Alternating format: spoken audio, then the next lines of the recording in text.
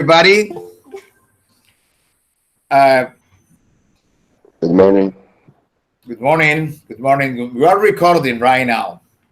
Okay, today we're going to finish Unit 9. We're going to take a look to writing skills, about vocabulary to express causes and results. What is the cause of this and the result is this? Okay, we're going to page 96. We're going to take a look to that. It's very easy. And then we are going to do some exercises to review uh, unit 8. Yeah, unit 8 is uh, the grammar. The important grammar part of unit 8 is gerund. The gerund. Remember the gerund? I recommend Peter go. I recommend that Peter go to the doctor. I don't say it's a mistake. I recommend that Peter goes. That's a mistake. Or I suggested that Maria study, not studies, study engineering. That's the gerund. It's very simple. That's the most important part of. Also, I am working in the final exam. I am working in the final exam, and next class I'm going to let you know some special points, just to keep in mind, just to remember before the exam, the final exam. Also, next Saturday, we are going to have a quiz, the last one, very easy. It's going to be the quiz for units uh, 7. Oh, no, no. The quiz is going to be in 2 Saturdays from now. 2 Saturdays from now. Because today we are going to start Unit 9. And the quiz is going to be about Unit 8 and Unit 9. So next Saturday, today we are going to start Unit 9. But next Saturday, Unit 9 will be finished. Will be finished. So the other Saturday, the next Saturday days, I'm going to take a look to the schedule.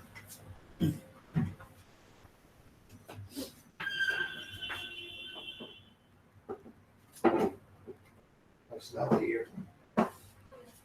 Volato.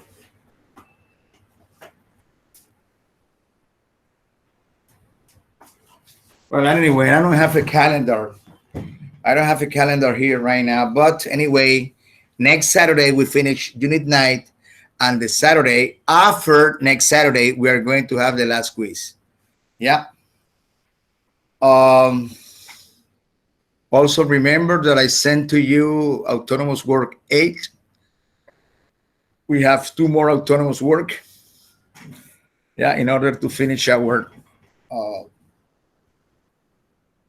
homework. Teacher, Yes, Luis. uh, the Saturday after the final quiz, uh, we are going to do the final. Yeah, yeah. I'm going to show you the breakthrough.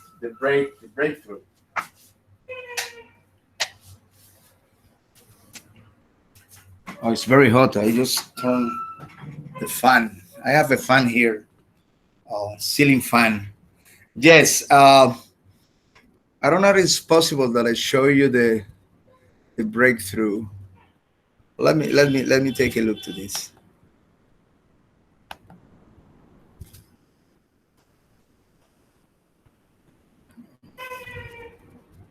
No, it's not there.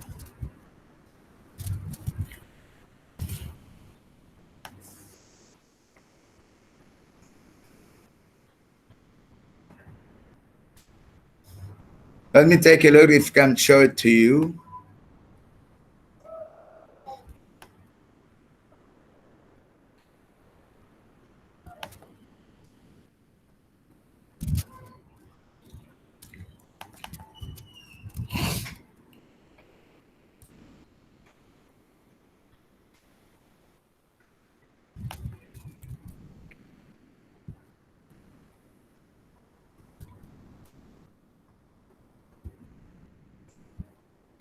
Meet Advanced English Summit. Summit inbox. No, it's not there. Anyway, I'm gonna take a look. Advanced lesson summit receive meet.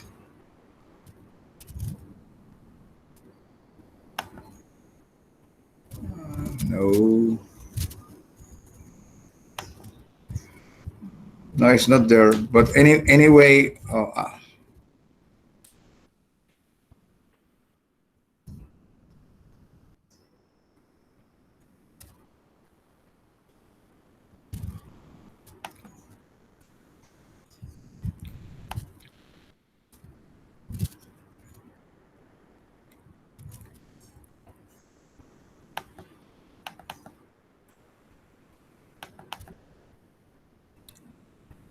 are you listening to me, please? Yes, teacher. Okay, the final exam is Saturday 19. Yeah, Saturday 19 of June, of course, June. Okay, we'll have uh today is today is 22. Today we are on May 22nd. Yeah, according to the schedule. You are not watching a calendar right now? No. Yes, I am. You are watching a calendar that I'm showing? Yes. Okay, you can see here that today we're going to have unit 8 and unit 9. Okay? Unit 8 and unit Teacher, 9. you're not sharing your screen. Oh, so you're not watching the calendar. No. I was watching I my don't know how to calendar. do this. Okay, anyway, we are today is 22 and next Saturday is 29. So on 29 we're going to finish unit 9 and and on Saturday 5 Saturday 5 we are going to start unit 10, but at the same time we are going to have a quiz. The quiz is going to be units 8 and 9. 8 and 9, okay? So on the 5th, June the 5th, the 5 days of June, we are going to have the last quiz. Then on June 12th, we are going to finish Unit 9. And June 19 is going to be the final exam. June 19 is going to be the final exam. Okay? And I will be traveling to the United States uh, between the 23rd and 24th of June. So by but that day, all your grades and everything of this level 6 course will be sent to the academic office. Okay. All right. Let's go back to our. Teacher, as a student, we have to pay. I don't know how to say it in English. Derecho a grado. No, I don't think so. No. No. Oh, I don't know. I'm going to be honest. I don't know if things have changed, but I don't think so. I remember no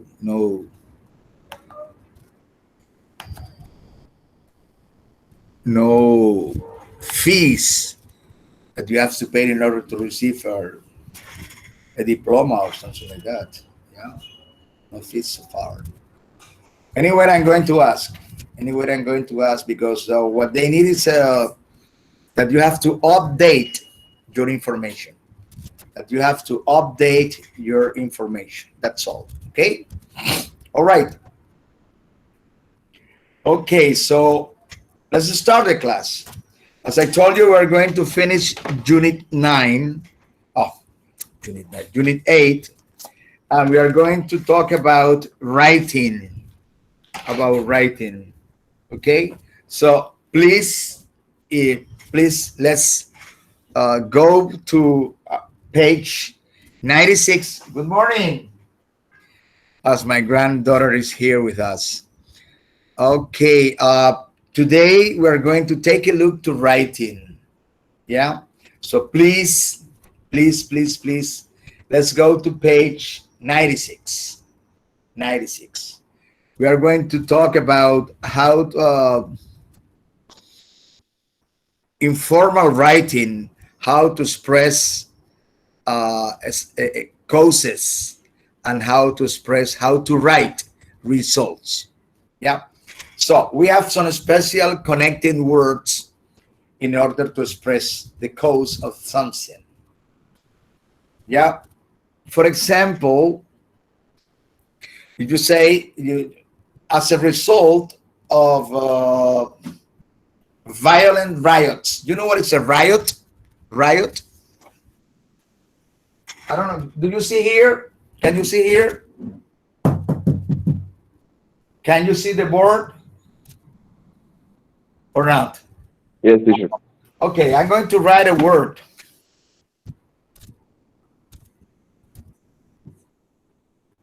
Riot, plural, riots. Violent riots. In Colombia, the protesting marches are supposed to be peaceful marches. But there are some people, violent people, that they destroy everything. So those peaceful march become become violent riots. Violent riots. So I'm going to express a sentence. I can say that as a result of violent riots, as a result of violent riots, no soccer game will be played here in Colombia. As a result of the violent riots, no soccer game will be played here in Colombia. Yeah. So we are expressing that no soccer game will be played here in Colombia because of the violent riots in all Colombian cities. Okay? So that's the way we can express ideas. So if you are on page 96, you can see that you can use due to, because of, as a result of, and as a consequence of. Yeah, you can express causes. So again, this is the last new, according to the CONMEBOL, that is the union of all the soccer leagues in South America.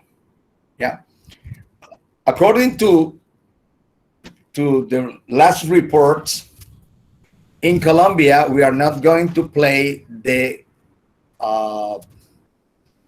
American Soccer Cup. Yeah, it's not going to be here in Colombia. Maybe in Argentina, maybe in Chile, but Colombia is not going to be allowed to because of the violent riot. So take a look to that. Here is due to the violent riots, no soccer game will be played in Colombia. As a result of violent riots, no soccer game will be played here in Colombia. As a consequence of violent riots, no soccer game will be played in Colombia. Yeah, that's the result. That's the result. So you can express You can express the cause and then the consequence. Okay. Also, uh,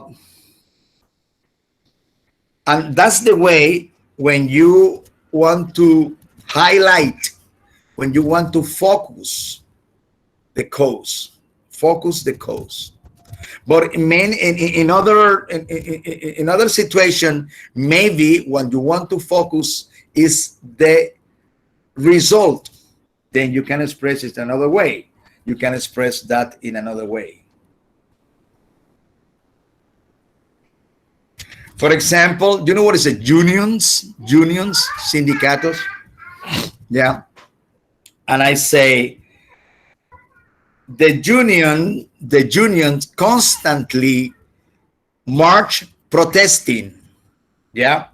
Consequently, uh, it may be difficult to work in a normal day. To work in a normal day. You know, the unions are marching, yeah, all over the Colombian cities. Consequently, it's very hard to go to work because they are marching on the streets. So the streets are blocked. You cannot go. If you are driving your car, you cannot go because it's impossible to pass. Yeah. Also, for example, in Cali, it's impossible for the transportation trucks to take the food to Cali. So there is a shortage of nourishment, food, everything in Cali. So the situation is not normal in Colombia. So again, take a look to that page 96. And here we have causes and results. The expressions are more or less the same. As a result, consequently, as a consequence, therefore, yeah, therefore. So this is a consequence. Another example. The 1st of May is the Labor Day in Colombia. Yeah. Therefore, we do not have classes on that day. Therefore, yeah, you are expressing as a consequence of the 1st of May is a holiday in Colombia. We don't have classes. So the 1st of May is a holiday in Colombia. Therefore, we do not have classes. Yeah. So it's very easy. It's very easy. I would like that you take a look to the writing model. Here we have a writing model. So suggestions. Oh, let me take a look to other things. Suggestions. Read this writing model, and you can highlight the causes and the results examples. Yeah, to express this. All right. Do you have any questions about this? Do you consider it's very easy, or it's a matter of knowing the vocabulary or the structure?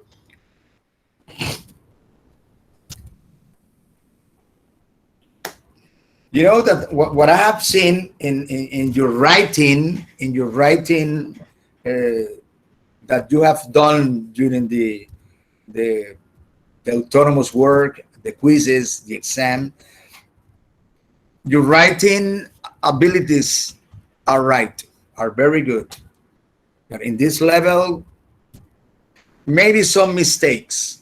For example, when you write the name of a city should be written in capital letters. Also, the name of a street. Yeah. Also, the name of a building is in capital letters. Another little mistakes that I have seen is when you are talking about something that happened to you in the past. You say, I went to Cartagena, and in Cartagena, we eat in a nice restaurant. The name, yeah. I mean, if you're talking in the past, you have to all the verbs In the past, we went to Cartagena. We ate in a very nice seafood restaurant, and then we took some pictures of San Fernando Castle or whatever. But all in the past, yeah. You have to write in the past way. So that those are some mistakes. Capital letters, the tense of the verbs, but in general, your writing is very good. Your writing is very good. Okay. All right. Any questions about writing skills, page 96, that you consider that we have to highlight?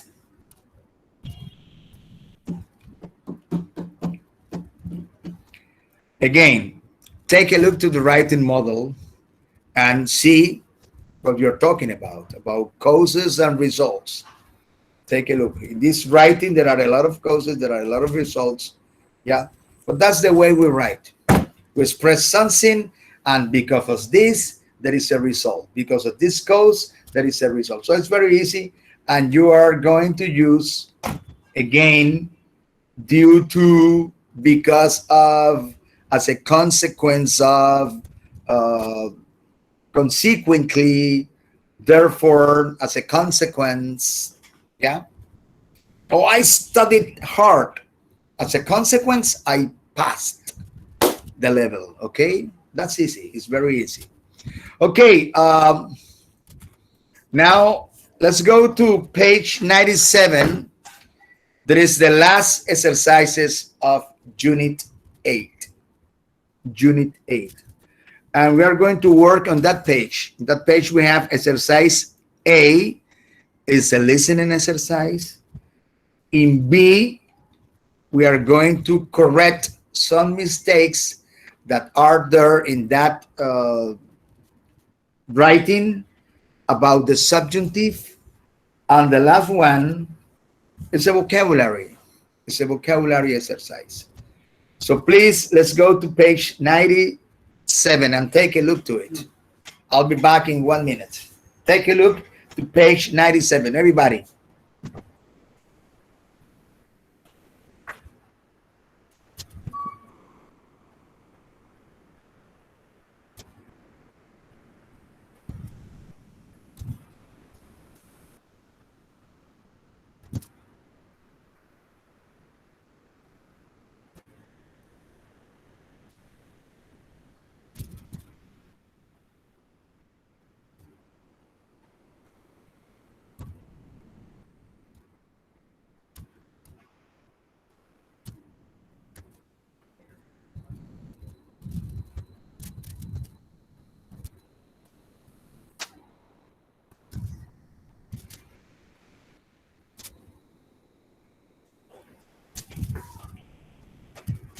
Okay. Are you on page 97? Yes or not? Because there is a listening. There is a listening, and there are 8 people. So we are going to listen to eight conversations. Are you on that page right now? Yes, teacher. Okay, okay. Okay, I'm going to look for that that listening.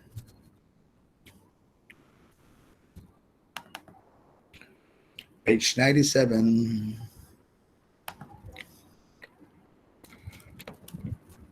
Page 97.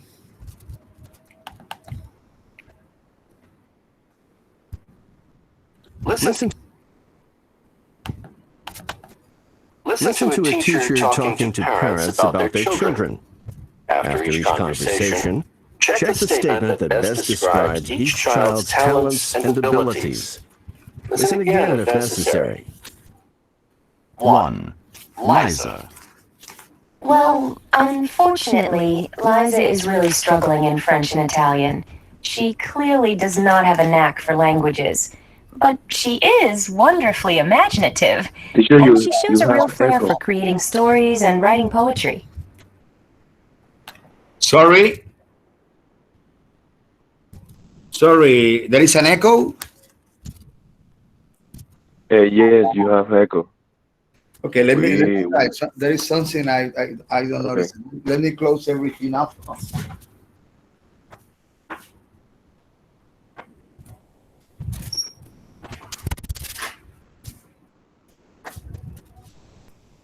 Okay, let's see what's going on here. Um, 97.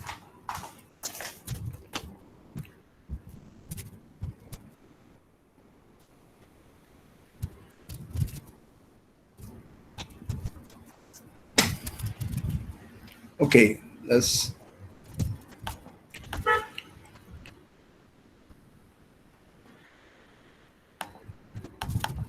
Listen to a teacher talking to parents about their children.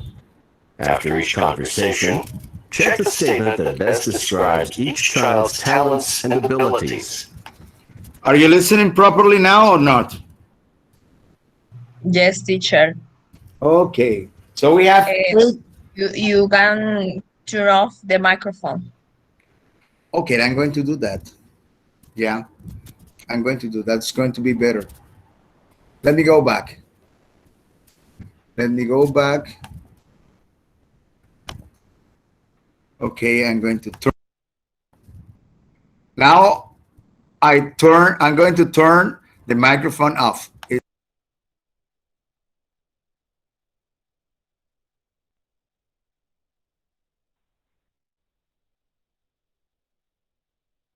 Listen again if necessary. 1. Liza. Well, unfortunately, Liza is really struggling in French and Italian. She clearly does not have a knack for languages, but she is wonderfully imaginative, and she shows a real flair for creating stories and writing poetry. 2. Ben. Ben needs to pay more attention to his academic subjects, especially math and science. He's not doing well in those areas, I'm sorry to say. However, he does show real artistic talent, especially with crafts and design. He's been making beautiful sculptures and jewelry, and his woodwork is very skilled. 3. Stella. I'm happy to tell you Stella is a very strong student, and she's doing well in all her subjects, especially German. After only 2 years of German, she speaks it quite fluently. Her only weakness is in music. Her lack of interest in this area really surprises me, because she has such a good ear for languages. 4. Stephen. Stephen is really smart in math. He understands the concepts immediately, and he's comfortable with numbers in a very practical sense. His ability to solve problems in his head is extraordinary. He's a bit shy, though, and is having trouble making friends and working with his classmates. 5. Sophie. Sophie really shines in her music and art classes. She shows a natural ability in both these areas. As I'm sure you've noticed, even though she just started piano classes, she's able to play pieces easily and with great skill. It's amazing how sometimes she can play a piece after hearing it only once or twice. 6. Dan. Well, no surprise here. What Dan seems to enjoy most is working with cars and engines, figuring out how they work. The only problem I see is that he often works too quickly and doesn't pay enough attention to the little things. That can really create problems when you're trying to repair a machine. 7. Karen. Karen's power of observation is really well developed for a child of her age.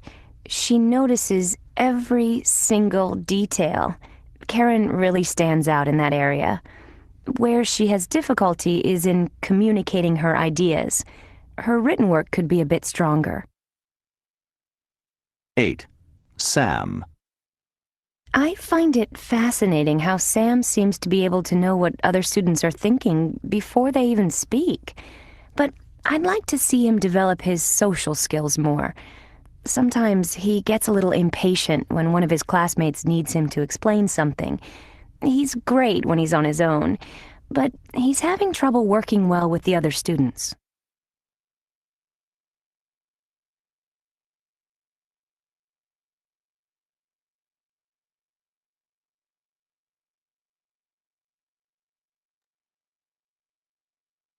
Okay, now I'm going to see it is possible that we are going to do it step by step. I mean, there are 8 people, so we are going to go to the first one. Yeah, to the first one. Let's see if we can stop the listening and remember about the person, because it's quite difficult to remember the abilities and weaknesses of 8 people. Yeah. So we are going to start again, and I'm going, for example, the first one, if you're on page, is Liza, Ben, Stella. So let's try to do this.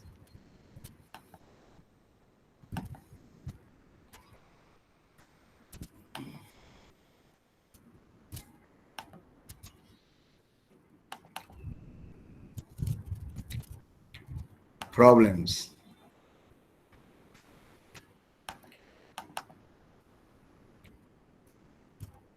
Listen to a teacher talking to parents about their children. After each conversation, check the statement that best describes each child's talents and abilities. Listen again if necessary. 1.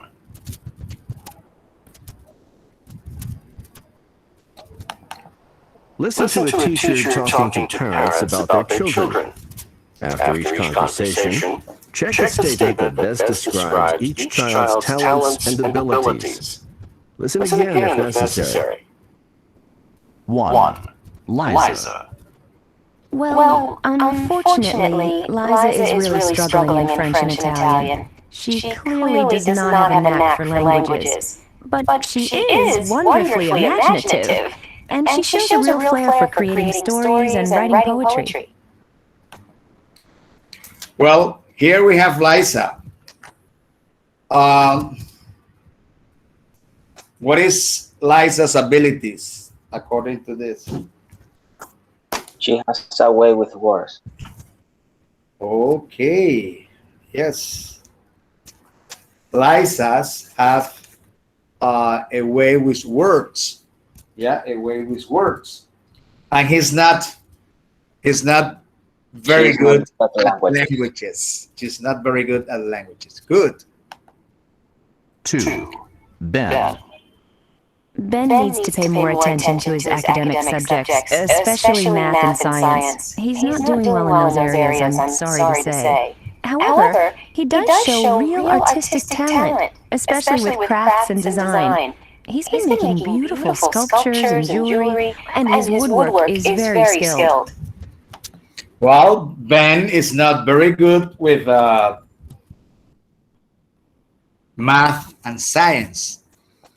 He doesn't have a head for figures, but he's very good with sculptures, art. Yeah, he says that jewelry, jewelry, joyas.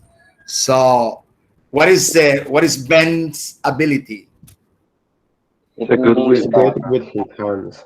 Good with his. That is very easy. This is very easy, but the exercise is that you have to remember that in an exam you listen twice only this, and then you have to remember.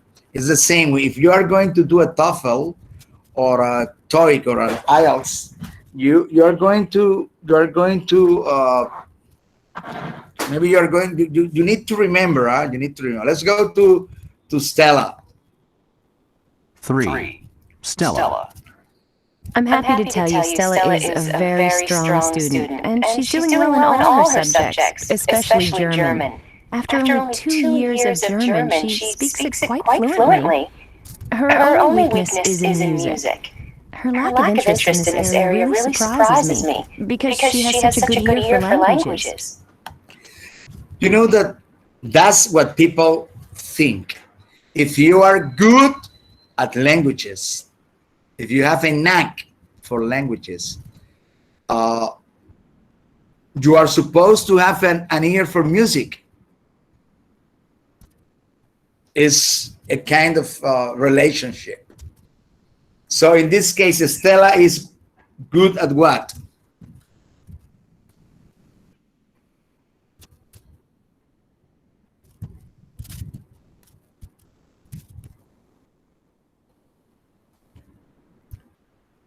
Is an ear for music? Something happened. It's for language. Yeah, he has a knack for language because he's very good at German. Yeah, Yes. he's very good at German. Okay, let's continue with Steven. 4. Stephen. Stephen is really smart in math. He understands the concepts immediately and is comfortable with numbers in a very practical sense. His ability to solve problems in his head is extraordinary. He's a bit shy, though, and is having trouble making friends and working with his classmates. Well, now this guy, yeah, is good for what? Math. So he's good solving problems immediately. So what is Steven's ability? He has Head a for head for figures. figures. He has a head for figures. Yeah, he has. When you are good at math, it's because you have a head. You've got a head for figures. Good. 5. Sophie. Sophie.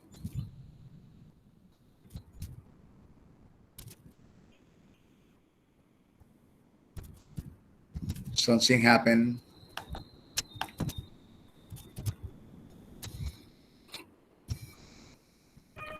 Problems again.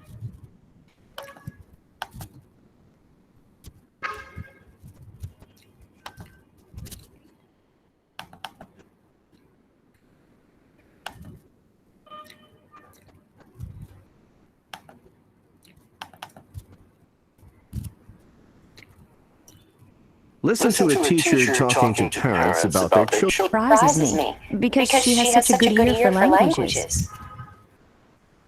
4. Stephen.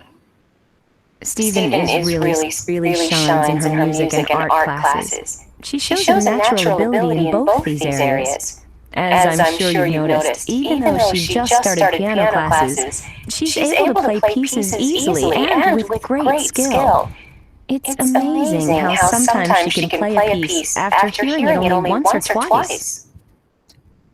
Problems in his head is extraordinary. He's a bit shy, though, and is having trouble making friends and working with his classmates. Sophie. 5. Sophie.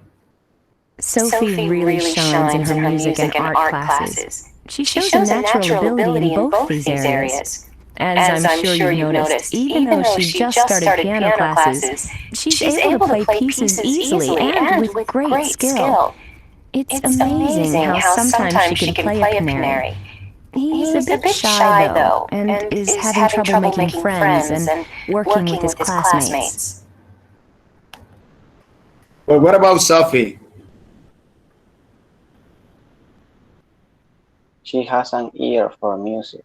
Yeah, beautiful. 5.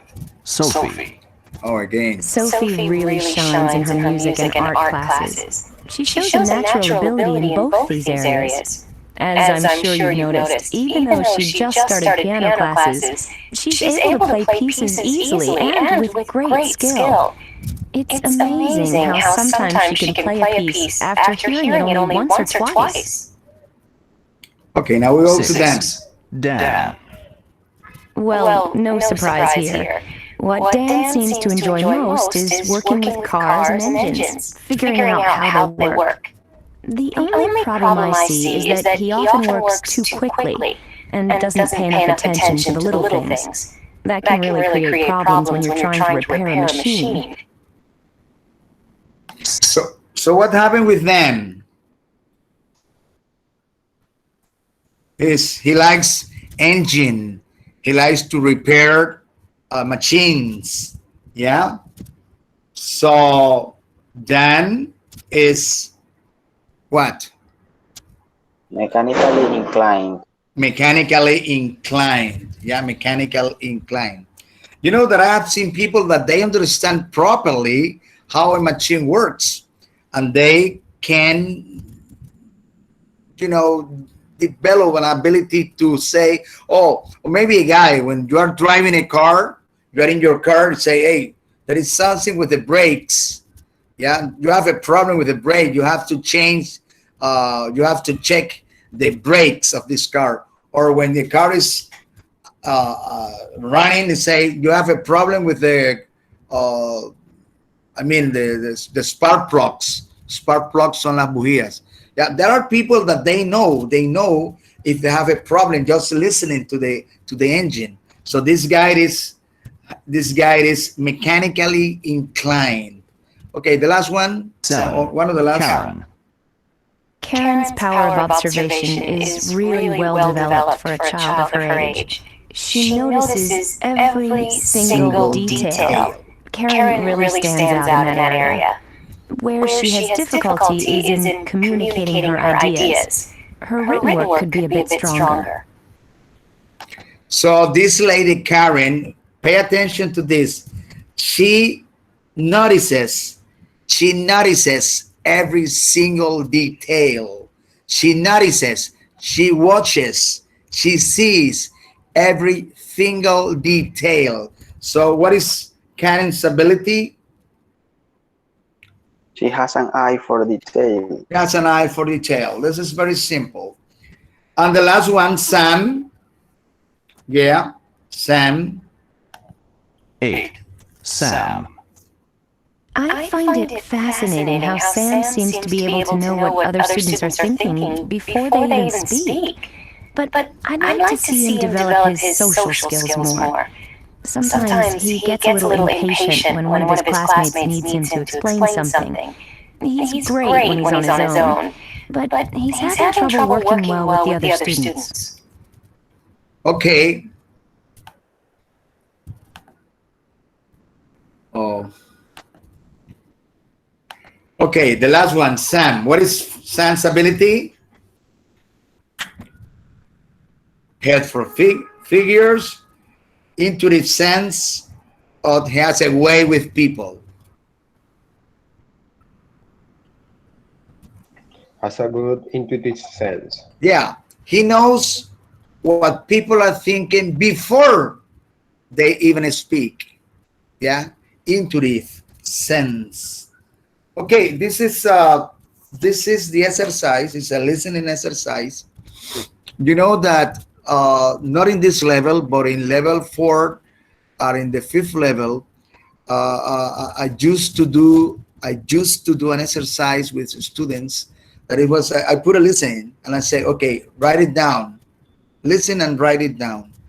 But that was in the 4th level, not in this one. But the other day I found a listening completion exercise, and maybe next class or maybe before the course is ended, we are going to do that exercise. That you are going to listen something and then you are going to copy.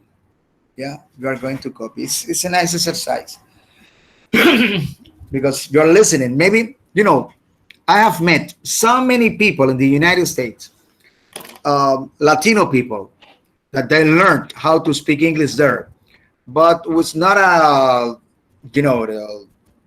very good level in English. They understand, and I say, can you repeat what I said? And they are not able. They understand everything, but they are not able to repeat. And other students with a higher level, they understand everything, but they are not able to copy properly. Yeah. So maybe you have to improve those abilities. You understand everything, but you're not able to repeat. I mean, not in this case, in 6th level students, but there are so many people. Oh my God, so many people. They understand immediately what's going on, but they are not able to repeat word by word. No way, Jose. And of course, it's more difficult to write it down. Yeah. Okay. That is an exercise number B in this page. Exercise number B. It is about the subjunctive. Yeah. here we have so many sentences, and some of them they have mistakes. So please go to that page, and we are going to start reading. I'm going to ask you to read, and we are going to stop, or maybe you have already read this and you can tell me what. Let's just start reading.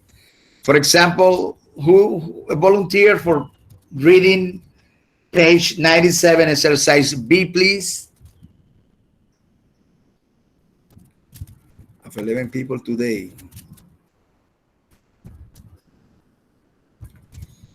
A volunteer for reading exercise B. B. Okay. Okay, Carlos Alfonso Garcia, thank you. You are going to read the first paragraph, okay? Okay. Dr. Howard Gardner. Dr. Howard Gardner believes that genius is determined by the environment. Therefore, he recommends that children are provided with greater education opportunities in order to develop their talents. Other psychologists, however, is that genius is mm, Inherited. inherited according to them. If a child is born with talent, it's a crucial that he or she receive special attention. Okay, who can spot the gerund? Remember that we use the gerund when we use the verb recommend, suggest, advised. It is crucial, it is vital, it is essential that, and that is the gerund. So here, where are the mistakes, the errors?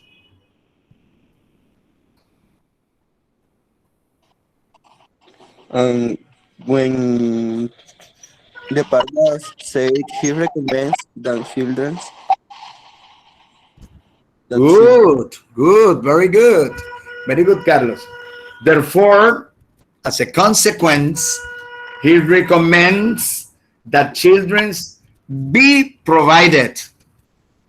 Be provided. You don't say that children are provided. No, that children be provided with greater educational opportunities. Greater educational opportunities in order to develop their talents. Good, very good. Is there any other situation in which we have to use the subjunctive? Remember, It okay? is crucial. It is Good, crucial that he or she receive, not receives. good. Very good, Jeremy. Jeremy, excellent. It is crucial that he or she receive, not receives, receive special attention. Very good.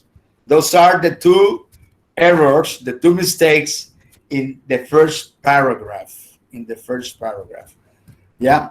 So remember, every time you see I suggested, I recommend, or he recommends, or in the past, I recommended that she study, that she be on time, that she work on Sundays. Yeah, that's the gerund. Okay, in the second paragraph, I need another volunteer only to read. A volunteer to read. Me, teacher. All right, go. Okay. According to Dr. Gardner, people have different kinds of intelligence, and there's a different way of learning suitable for each intelligence type. Consequently, he proposed that a teacher uses learning strategies that are best suited to a particular student type of intelligence. For example, Gardner suggests that a student studies alone if he or she has a interpersonal intelligence. If, on the other hand, the the learner has interpersonal intelligence, it is important that the student works in a team. Okay, so here we have again mistakes. Again, incidentally, good reading, very good reading, Luis Carlos. Good pronunciation. Yeah, good pronunciation. Thank you. Okay, so where are when we can uh, change to subjunctive because it's a mistake. According, people have different kind, and there are different ways of learning. Consequently, he proposes, he suggests, he recommends that a teacher, here is say uses. Use. Exactly, use, nor uses. Because he proposes, he suggests, he recommends that that a teacher use, yeah, learning strategies that are best suited for a particular student's state of intelligence. For example, Garner suggests that students studies. He suggests, he recommends that students what? Study. Study alone. Not studies. No, study alone. Good. That's the other mistake. That's the other error. Um, if he or she has intrapersonal intelligence.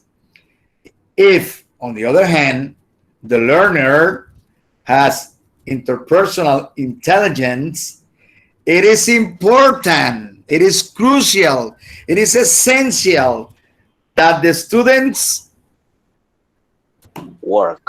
Work. work in a team. Is different. Works in a team that the student works in a team, that the student work in a team. Okay, that's the correct pronunciation. Very good. And the last one, another volunteer for the last one, this small paragraph, because characteristics. Who's going to read? Nicholas. Okay, Nicholas. Because characteristics such as motivation and emotional control are considered important in the workplace. More and more employers insist that a job applicant takes an EQ test to help the manager make hiring decisions. Make higher decision. What is the mistake? What is the error?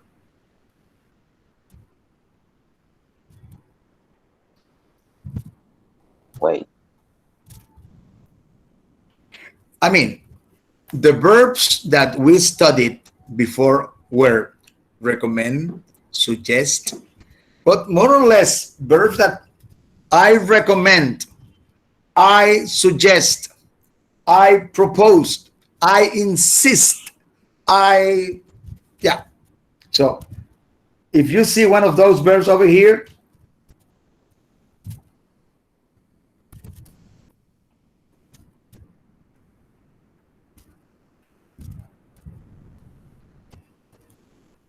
More and more employers insist that a job applicant yes, change the word take, not takes. Good. And more employers insist. They insist that a job applicant, they suggest, they recommend that a job applicant take an EQ test to help the manager make higher decision. Take an, nor takes an. Take and that's the mistake. That's the problem. Good. Good, Carlos Alfonso. Very good. Very good. Very good. Okay. And the last exercise of this unit, in order to finish Unit 8, is vocabulary.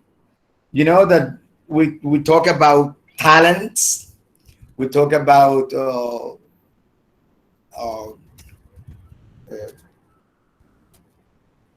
talents, abilities. Yeah, he's talented, he's blessed with these abilities. So we are going to talk about vocabulary. So here we have definitions and then we have uh, the definition of some abilities. For example, number one, a person who is witty, witty, who's a witty person.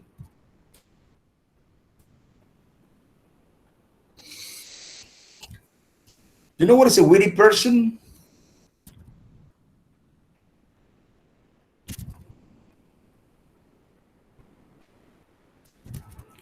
A person who tells jokes is a witty person.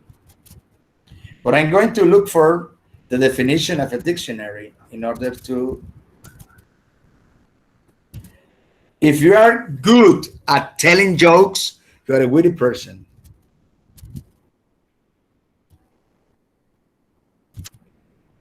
Witty. Uh-huh. So, a person who is like an entertainer in a party is a nice person. Everybody wants to talk to him. Yeah. The definition of a witty or witty is entertains friends with funny and intelligent stories. That's a witty person.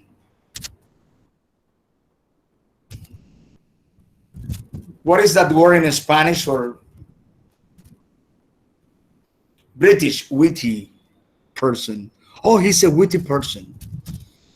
What is the translation to Spanish of a witty person?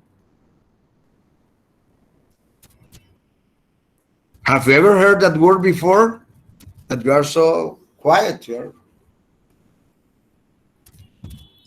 Ingenioso.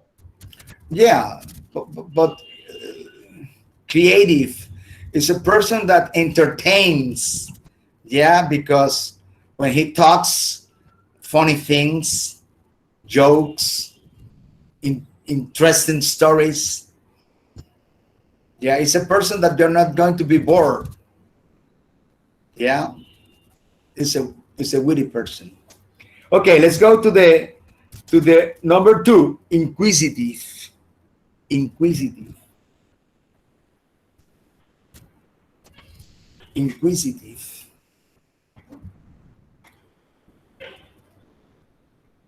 What is the definition? Which one do you consider is the.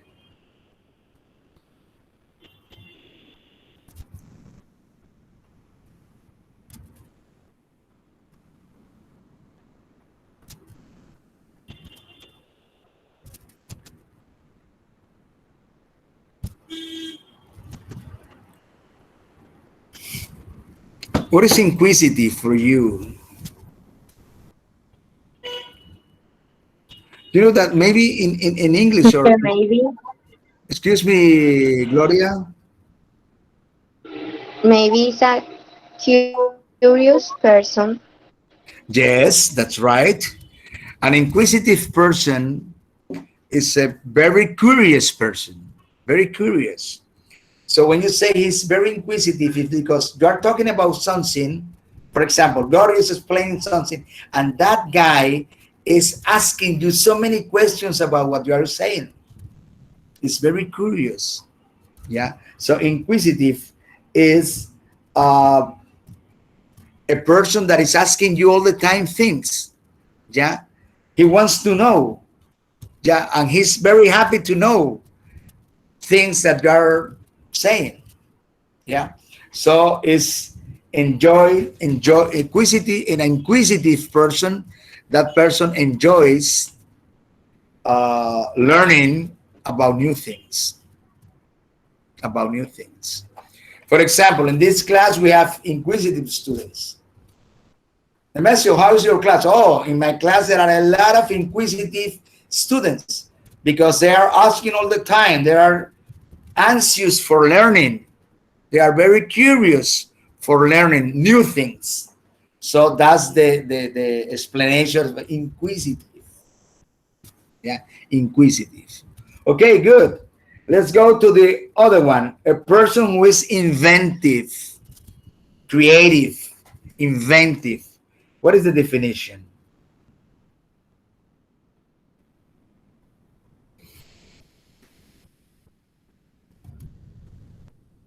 Inventive. Inventive. Create new things. Okay, good. Uh, he has a talent for creating new things. Creating new things. Inventive. Inventive. Inventing new things. Good. What about perceptive? Perceptive.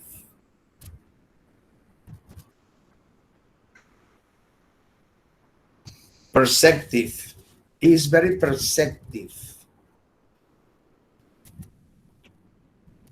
Perceptive.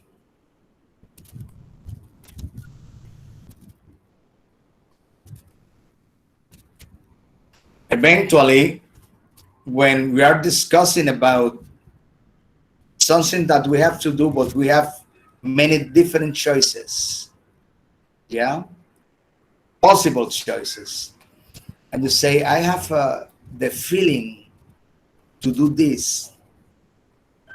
I've got the feeling to do this. Yeah. I think very deep in my heart that this is the best way.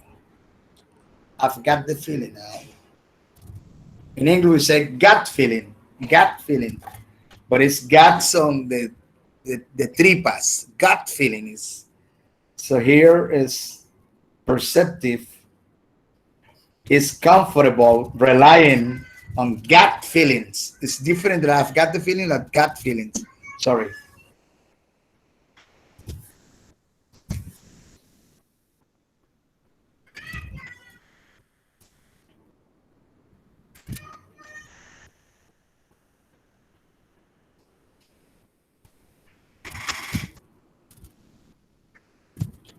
I've got a gut feeling.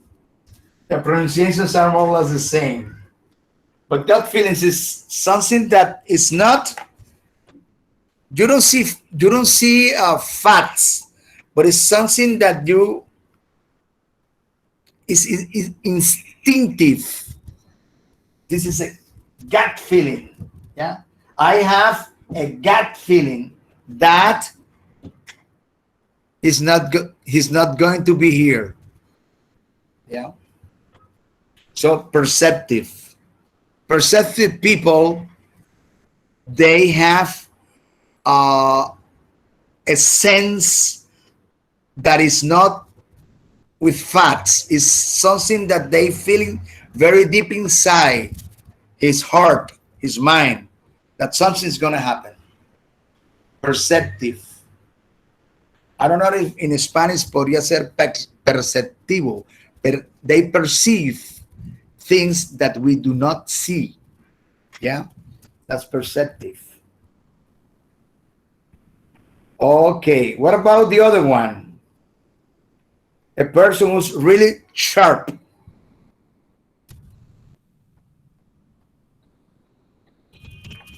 He's very sharp.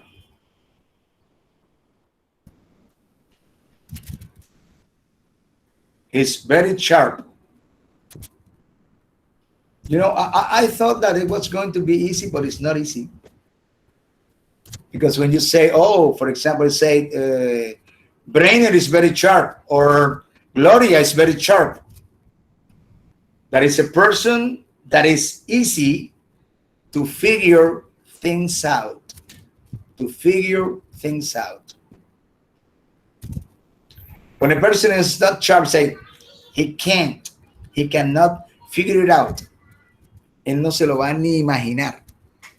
He's not going to figure it out.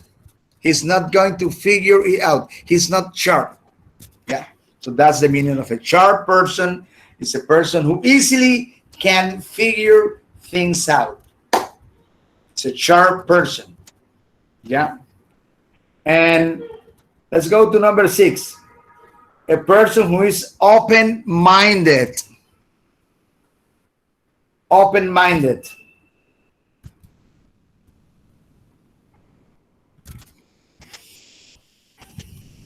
Oh, you are discussing about this point because you disagree and you agree. And what about Carlos? Carlos is going to be, but no, he's going to take it easy. He's an open-minded person. What is the meaning of open-minded person? When you are discussing, for example, now there is a, the strike, the people, del paro, the people that they are on a strike, the government needs to send them to discuss with them open-minded people. When you are going to discuss whatever, there is a problem and you are going to discuss. So there is the team A and the team B. The people that are going to discuss in order to come to a commitment or to come to an agreement, they must be open-minded people. So what is an open-minded people? Letter B. Excuse me? Yes, but what I try, remember something with your own words. Remember the video that we saw with your own words. Normally, in this level, in the 6th level, the teacher, they say, okay, can you explain this in your own words? Because I have seen teachers in other levels that they translate. Open-minded, de mente abierta. No. Tell me in your own words. I mean, try to explain something in your own words. Many times. Open-minded, in my opinion, is people that can listen different opinions and understand the point of view. Yeah. And accepted the other opinions. Yes, that's in your own words a good explanation. And that's what I try to say. So, because many teachers, okay, I eventually translate because it's obvious. But the idea is that you can express or you can define a meaning with your own words. Yeah, that's the idea. Imagine that I am not Spanish. My language is not Spanish. My spoken language is Russian. So how you explain that to me? I am a Russian guy who is teaching English. So it's difficult because you have to express in English the meaning of this adjective. Okay, good, Carlos. Very good. Very good. That's what I want. Okay, a person who is persistent. Persistent. Letter A. Keeps trying even when things are tough. Are tough. Yes, are tough. Persistent. Yeah. You know that guy that that guy is in love with a girl, and all the time he's trying to to tell I love you, and the girl saying no, but he keeps persisting until persistent, keeps trying even things are tough. Okay, this is unit 8. So next, next you have not next Saturday, but the Saturday next, the other one. If we finish, we're going to have a quiz. If we finish unit 9 next Saturday, not this one, but the next one. So according to the next Saturday, what is who has a calendar? Next Saturday is May the 5th. Yeah. The 5th of May. Okay, we're going to have a quiz. I'll let you know. I'll let you know next at the end of the class if we have a quiz. But I don't think so. It's the last quiz, so we can do it. May 11, I think. Yeah, could be, or 12. Okay. We're going to unit 9 right now. We're going to unit 9. And I have something for you. maybe before going to Unit 9, we can do the, uh, because it's about pronunciation, it's about vocabulary. Okay, guys, go to page 149. Go to page 149. 49. Yeah. And it's about reading aloud. Yeah. So we are going to listen in order to know how to stop when you need to stop. There is a comma or is a paragraph or something like that. So here they say, because it's more difficult to understand a language when it's read rather than spoken in a conversation. Is that true? It depends on. Yeah. Read with a regular rhythm and use fewer sound reductions. If there is a title, state it separately for falling intonation. Pause at all punctuation. Separate sentences into thought groups, pausing after each. Pause slightly longer between sentences. There is a difference between Colombian people learning how to speak English and Holland people trying to speak English. Yes, of course. If you go to Ecuador or maybe you go to Bolivia and you ask people, how do you understand English better, reading or listening? Imagine this. You are in Bolivia and you are going to ask students, how do you understand English better, reading or listening? Can you imagine the answer? Again, this is, you are in Bolivia. You are asking people, how do you understand English better, reading or listening? What would they say? They may say reading. Reading. Jessit, what is your opinion in Bolivia? Teacher, I agree with Nicholas. Reading. Cadis. Cadis Michelle.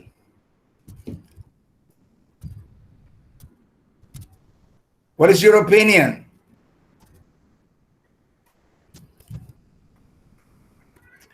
Maybe Cadis Michelle is sleeping. Okay, Ediana, your opinion? Teacher, I think the same to my partners. Gloria. Teacher, I am here. My connection is bad. Oh, sorry. Okay, okay, but it's more or less. But what about if you go to Holland? You are in Holland, and the same question to Holland people. What would you say in Holland?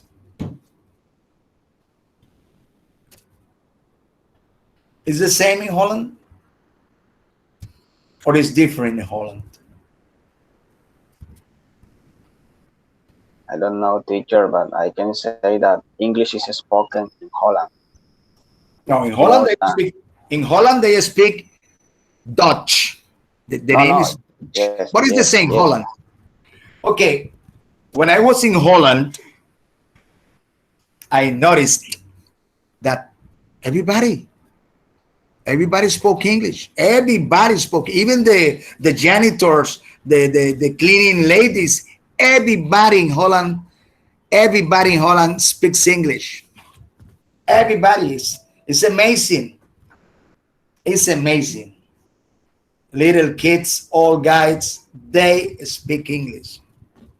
And I ask, how come that everybody here is, oh, because we study English in primary school and in high school. It's almost the same in Colombia. Why we do not speak English? You know what happened? That they practice English every day. Because Holland is a small country. There are a lot of tourists. And there are people from France, there are people from Germany, there are people from England, from the United States, from Spain. And most of the time, they speak English. They speak English. But if you go to a Latin American country, maybe you learn English with a book, reading, but you don't practice English that much with tourists or people that come because we don't have too many tourist people here in Colombia or in those cities. And eventually, I remember that I had a lot of mates at the university that they were able to understand English reading. So that's why it's difficult to understand. Here in Colombia, it's difficult to understand English listening listening to or hearing to American people. Yeah, we talk because we are more to study English with a book, and listening is not. It's not that much. That's the reason. That's the reason. In Holland, everybody, but I mean, they don't read that much, but they are able to make themselves understood easily in English. Yeah, and it's because they are practicing English all the time. They are talking with people from England, people from the United States. Uh, Maybe in Holland they understand German because it's more or less alike. German and Holland is more or less alike. I was able to say this is German, this is Holland. Yeah, I was able, yeah, to distinguish, but it's more or less the same. Yeah, more or less the same. And but it's true. So here we have uh, a reading, and this is an exercise that you should do. Yeah, envisioning the future. So here we have some slash that are telling you here is a pose. Here you have to stop. Yeah. So, Nicolas, are you on that page 149? Yes, I am. Okay. Yes. Envisioning. What is envisioning? What is the meaning of envisioning? Yeah. Who can tell Like me envisioning? when you have a vision on the future. Good, good. It's a mentally picture. It's a mental picture that you have in your mind of something that might or may happen in the future.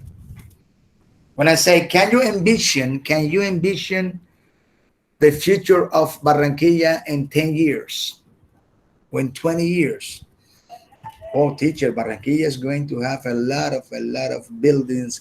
It's going to have a developed through the Ciénega, Boca de Ceniza. It's going to be another thing. It's going to be a touristical. We are going to have touristical beaches over there or whatever. Puerto Colombia is going. Yeah, you are envisioning. You are mentally picturing. Yeah, or you have a mental picture of something that is going to happen or might happen or may happen in the future. Good, Nicolas. Okay, Nicolas, what is the idea? We are going to listen. We are going to listen, but also we are going to read. So first, can you read Envisioning the Future, Nicolas? Yes, of course. In the 1960s, only large institutions such as bank, corporation, and the military had computers. They were expensive, slow, and very large, requiring an special air-conditioned room, and access to them was limited to only a few people. In the 1970s, computers prices came down, and then Small businesses began to use them. Nevertheless, in 1977, the The CEO, CEO CEO, a founder of digital equipment, equipment. Kenneth Olses, predicted that computers would never be used in the home. Good, good, very good. Okay, what is the idea?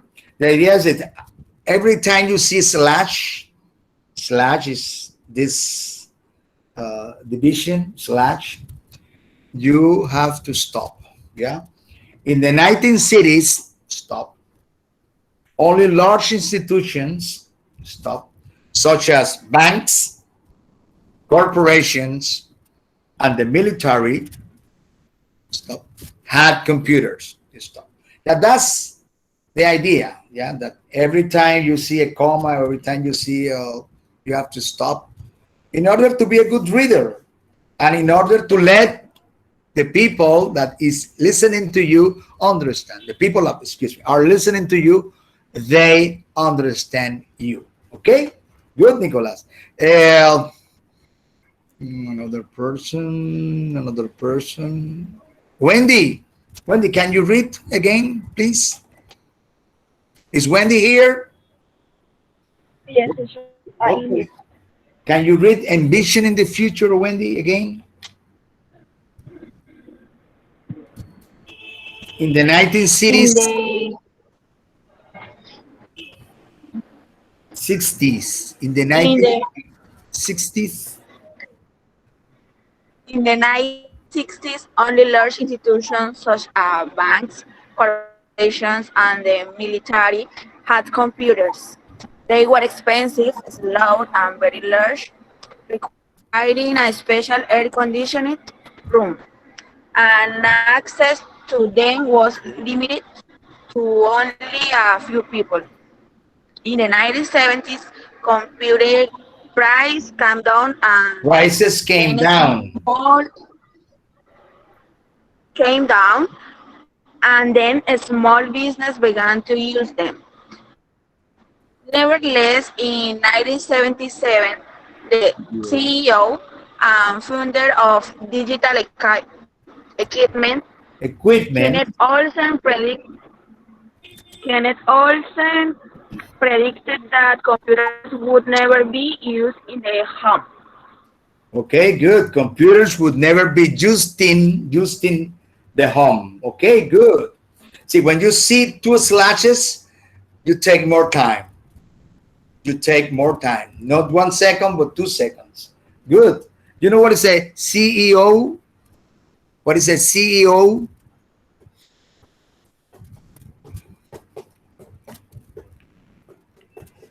What is a CEO?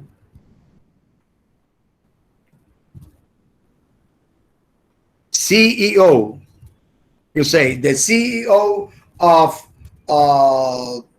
Falabella, the CEO of Philips, the CEO of IMW, yeah, IBM, the CEO.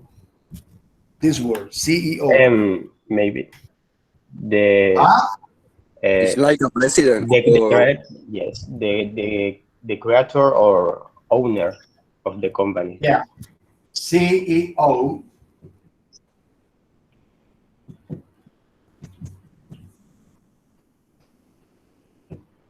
Executive. Oh, I don't know. Executive. Executive. Chief Executive Officer. Chief Executive Officer is the general manager, is the commander in chief of the whole company. Yeah, the CEO, chief executive. I don't know how executive is well written. The chief executive officer.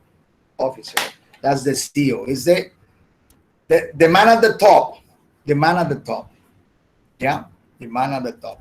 Normally in corporations, the board of directors, the board of directors is the top, the manager of the company. But the CEO is, he belongs to the board of directors of the company. Okay, good, very good, very good. Now, uh, we are going to listen. We are going to listen. Yeah, the other readings, and pay careful attention, because that's the only way that we are going to master reading, pronunciation, intonation. That's the only way. That's the only way. Yeah. If you want to master a language, listening is the best way to do that. Because when you're listening, that's something that I repeat over and over and over again. When you're listening, you're learning vocabulary, you're learning pronunciation, you're learning intonation, you're learning vocabulary. And you're learning how to pronounce complete sentences. Yeah, not word by word, but complete sentences. Okay, here we go.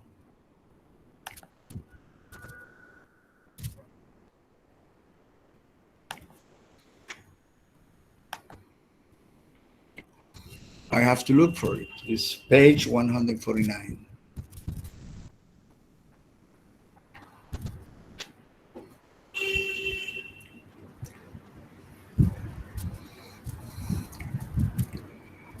There's a kind of hush.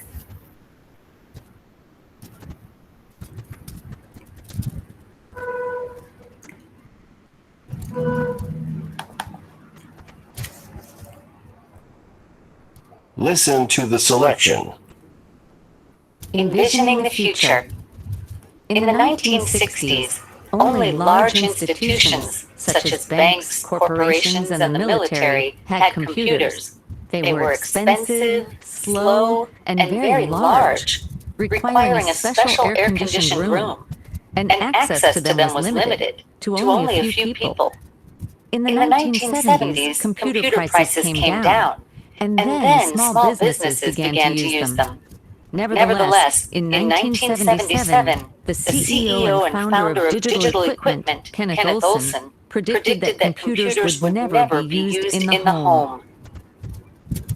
Now practice reading the selection aloud. Listen to the selection. Envisioning the future. In the 1960s, only large institutions, such as banks, corporations, and the military, had computers. They were expensive, slow, and very large, requiring a special air-conditioned room. And access to them was limited to only a few people. In the 1970s, computer prices came down, and then small businesses began to use them. Nevertheless, in 1977, the CEO and founder of digital equipment, Kenneth Olson, predicted that computers would never be used in the home. Now practice reading the selection aloud.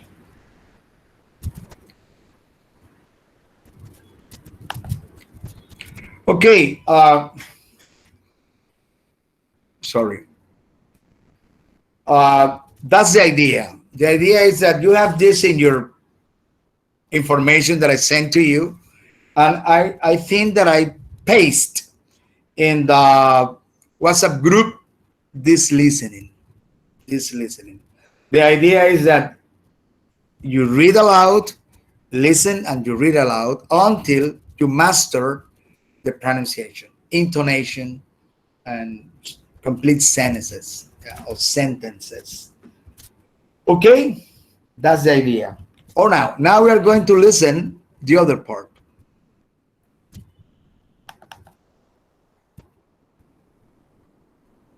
Practice reading each selection aloud. Then listen to compare. Birth of the personal computer.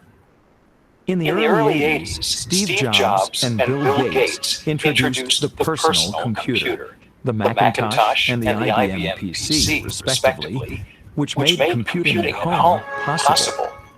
In 1983, Jobs gave a speech about the future, in which he predicted that, for most people, a great deal of time would be spent interacting with personal computers. He also predicted that within 10 years, computers in the office and at home would be connected, so people would be able to use them to communicate. Predicting social media. In 1999, Gates predicted that small devices would be carried around by everyone so that they could get instant information and stay in touch with others. He also claimed that by the early 21st century, internet communities would have been formed based on one's interests or to connect with friends and family.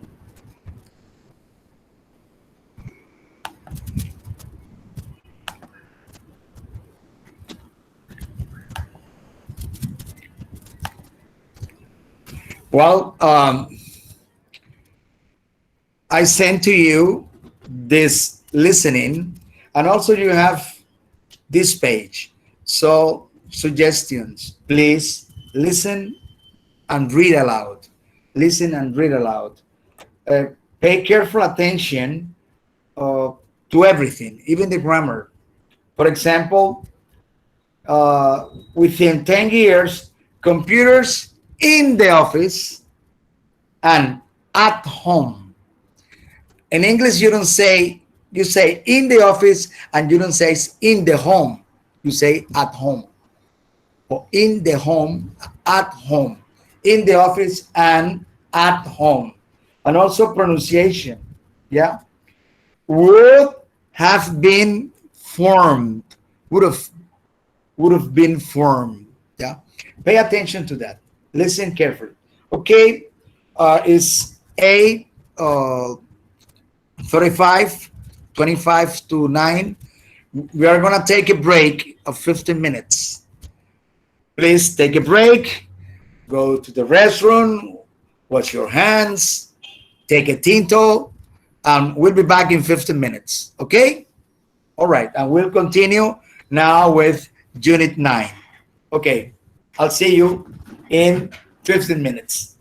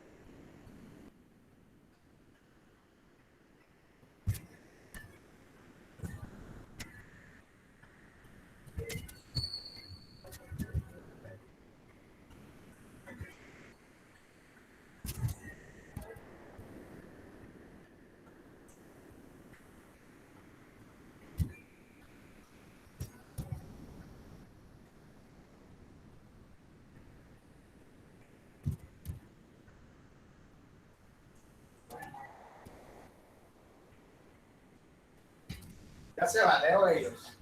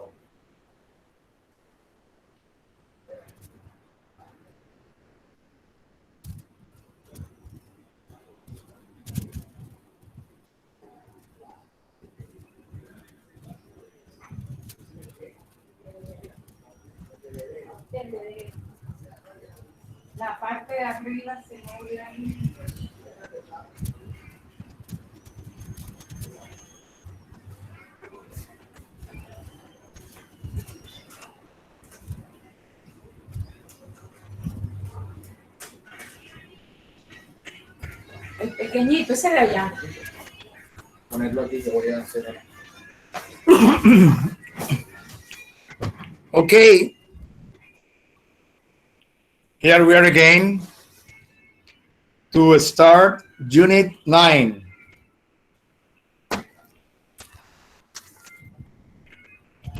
Unit 9, all right? Oh, jeez.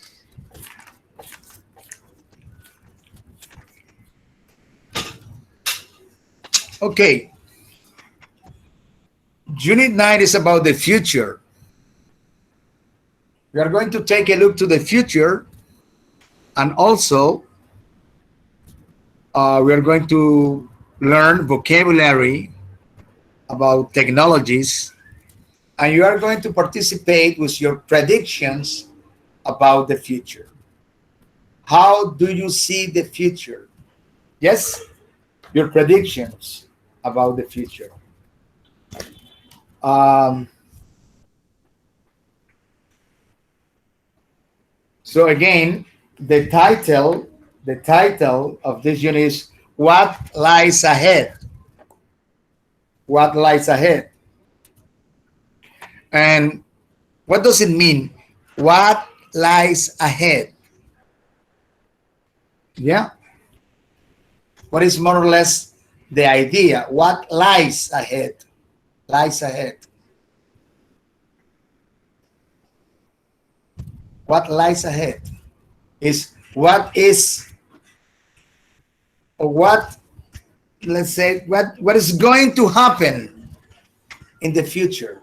The idea of what lies ahead is more or less the same of what's going to happen in the future. Yeah. What's going to happen in the future. For example, here we have predictions about the future, but we don't have to be a genius to understand that the internal combustion engine cars, pay attention to this formation because it's a technical word. Internal combustion engine cars are going to pass away. Internal combustion engine cars are going to pass away, and they are going to be replaced by electrical motor cars, electrical cars. Do you agree with me or not? What do you think?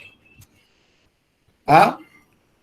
Luis Carlos, what is your idea about electrical cars? Do you think that electrical cars are going to replace internal combustion engine cars? I mean, cars that use fossil fuels. Fossil fuels are gasoline, diesel, or all those things. What do you think, Luis Carlos? Is that true? Well, maybe so I think that is the is better way to take care of our planet, but Yes. nowadays electric cars are still using the, how you say it, Internal combustion engine cars. Internal combustion. Yes, the Tesla cars using the fossil combustion already. I mean, there is a difference. I don't know how There are some hybrid cars. They use both. For example, Yes. my brother in Florida, He had it's a mixed car with an electrical motor and engine and combustion engine car, yeah, internal combustion engine car. But nowadays, my brother replaced by an electrical car. Electrical car. The car uses a battery. So he has to recharge the battery every now and then. Yeah, Yes, may but not yes. gasoline, not In gas. Yeah, The car yes. doesn't need Gas. gasoline. Yes, I And think that nowadays or in the nearly future, uh, we need to take care about our planet using electric cars. But I hope in the future we have natural electric cars. I, I don't know how to explain it.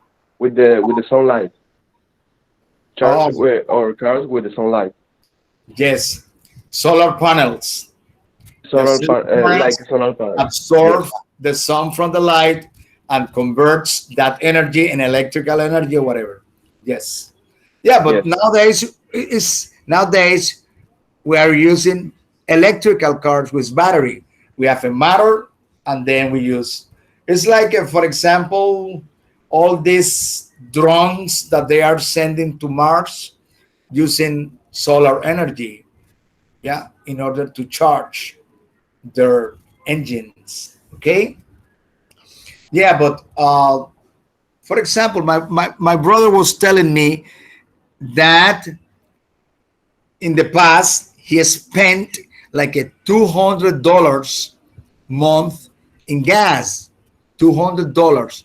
Nowadays, he's not spending that money in gas because his new car, he goes and charge the battery every day, every 2 days. Yeah, every 2 days. And with that charge, he can go like 200 kilometers or 300 kilometers with one charge.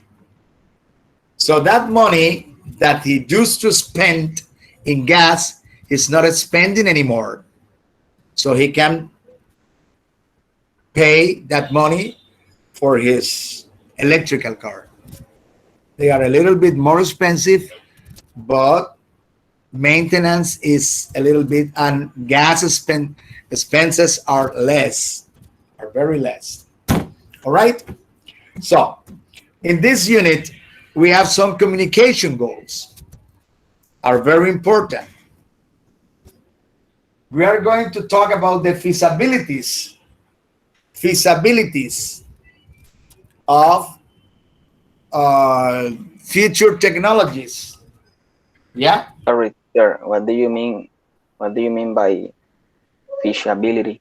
feasibilities, possibilities, feasibilities, easiness, that are available. Yeah, available feasibilities. Unit 9 feasibilities. Ulysses. Drones, aircraft. Yeah, feasibilities that are going to be available. Yeah, they are going to be available. We are in page 98, aren't we? Let me take a look. Yes, 98, page 98.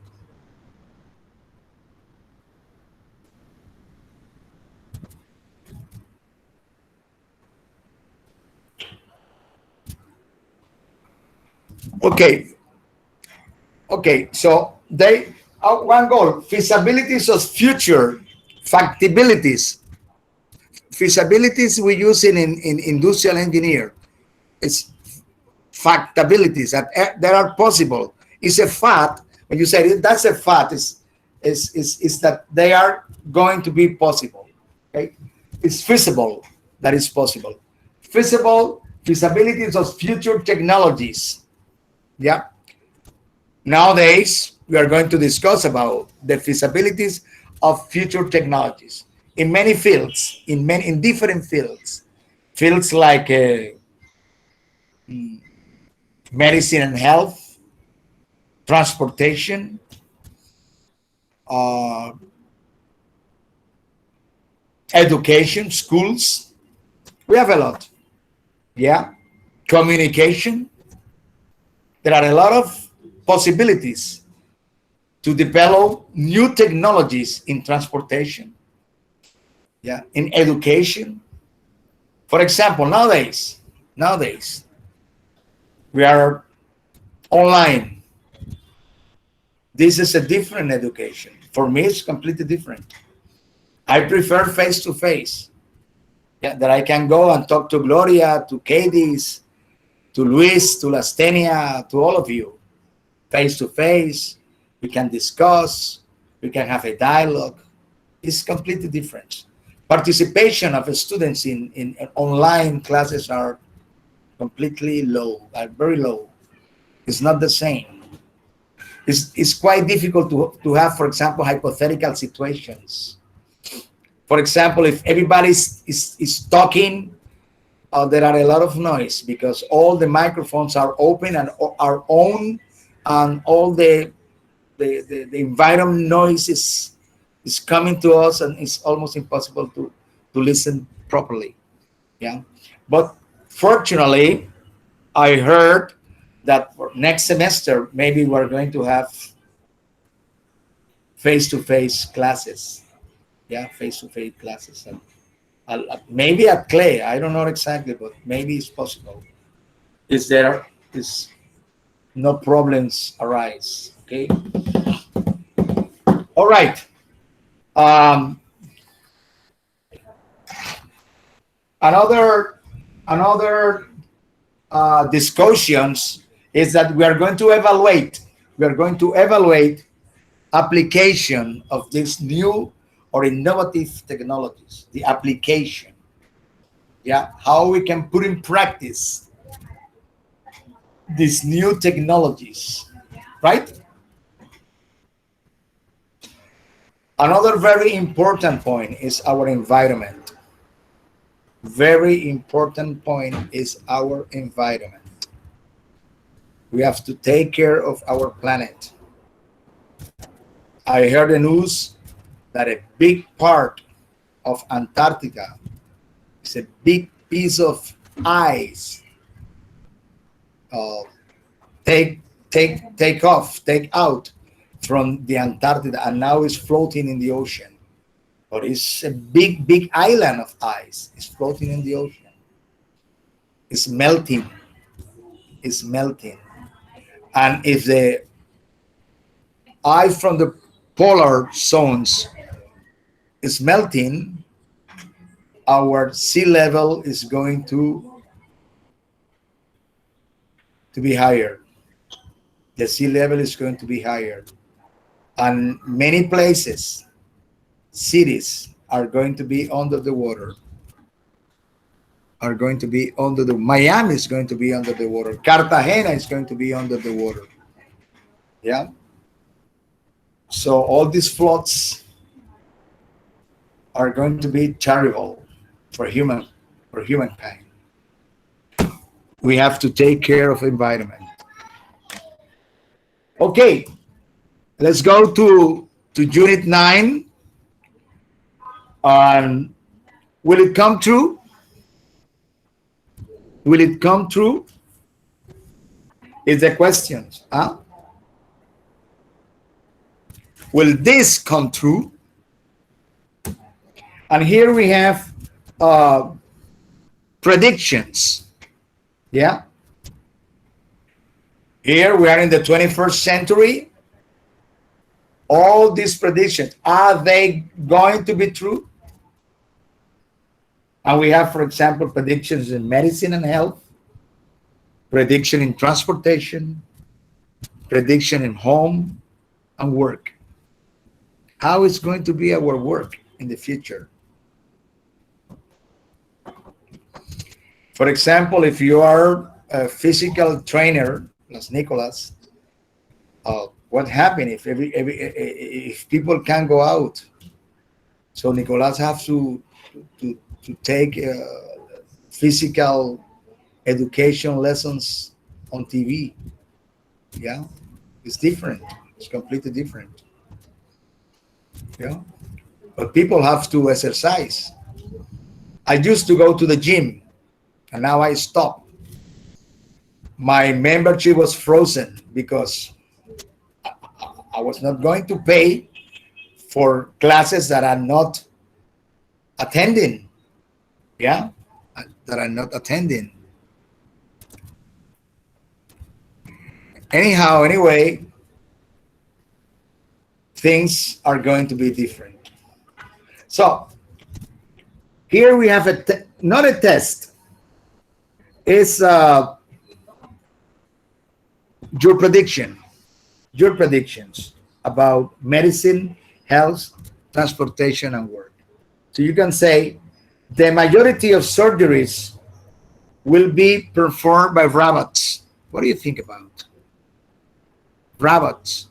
There is not going to be a doctor, there is going to be a robot. Do you think that that is possible? Just think about it. Trusting the doctor hands in order to remove, for example, a tumor or to operate something in your eye. Yeah, you trust, you rely on the doctor's abilities. But nowadays there is a robot, like when assembling a car. If you go to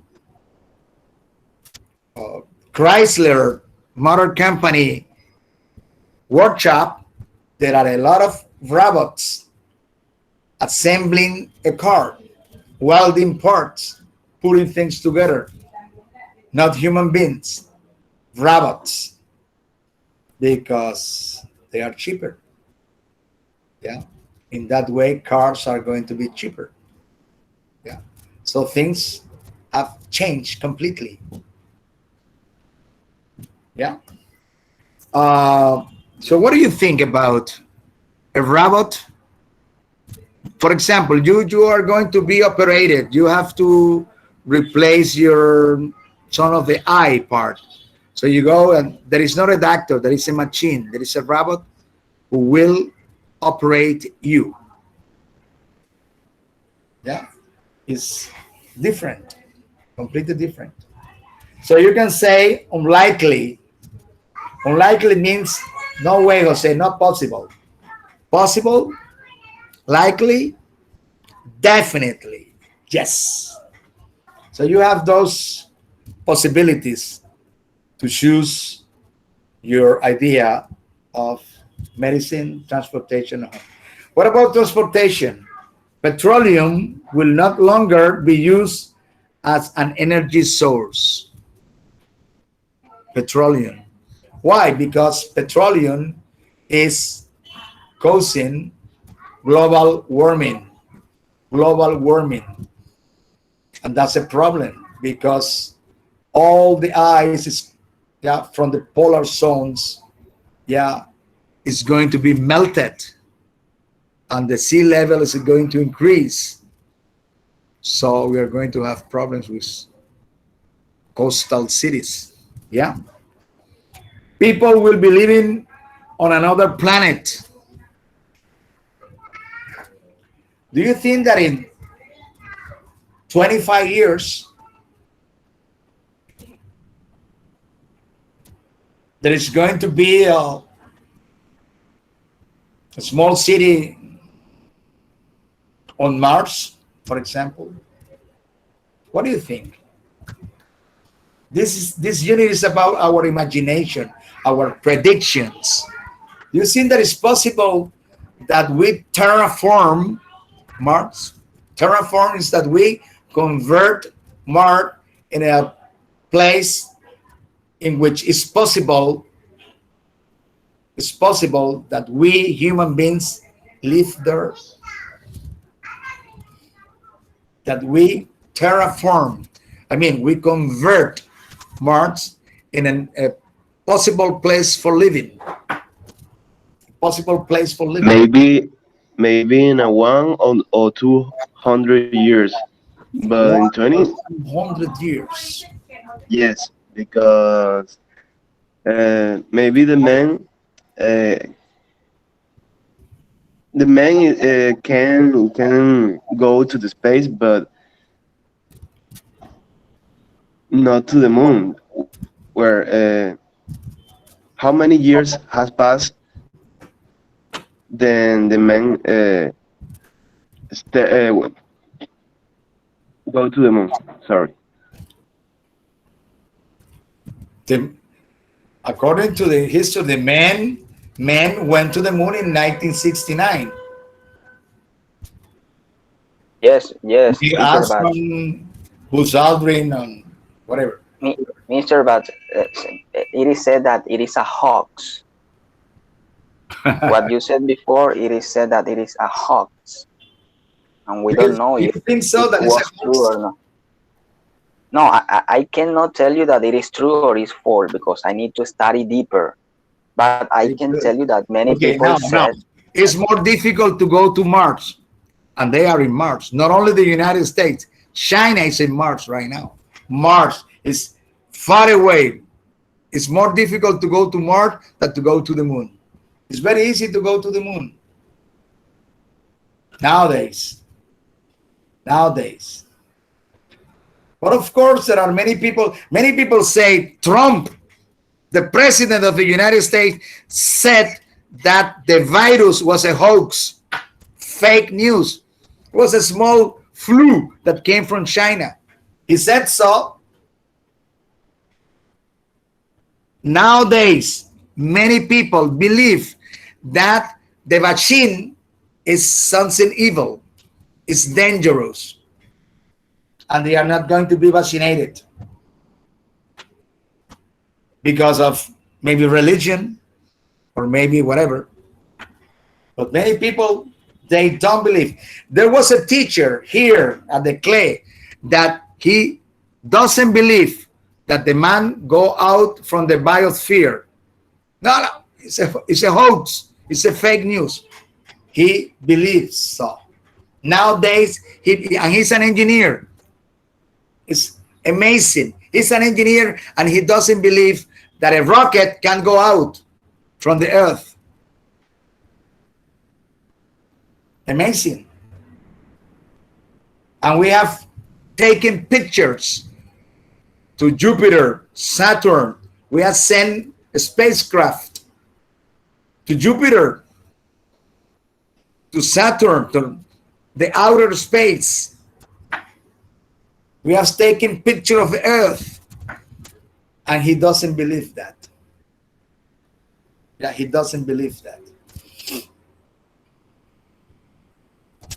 Technologically spoken, I mean, or speaking, we can say that nowadays we have the technology to send rockets to any place on Earth, and we can send rockets to the moon easily. That's not a problem. That's not a problem. That's not a problem. I've seen the rockets. I've seen in the States. I went to Huntsville, Alabama, and there's a NASA place over there where they produce rockets and they train astronauts. They train astronauts in swimming pools in order to move, but under the water. Yeah, in order to be trained. But nowadays they are on Mars. Have you seen photographs from Mars? Do you know that the Chinese people sent a spacecraft to Mars? And they are working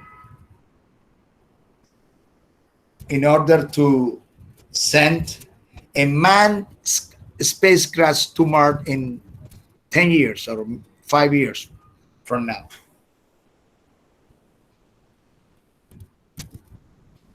Yeah, it's amazing, huh? But we have to, as Nicolas says, we have to investigate.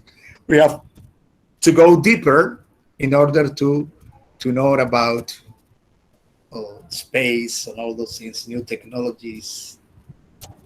Tesla, excuse me, Elon Musk is working in a spacecraft in order to take people around the Earth. A lot of people, a lot of people have bought tickets to go around the Earth in a rocket. Yeah, around the Earth. You have seen photograph of the Earth from the space. Yeah, technology marches on. Technology marches on. Okay, let's take a look. Let's read these predictions. Okay, let's read predictions about medicine.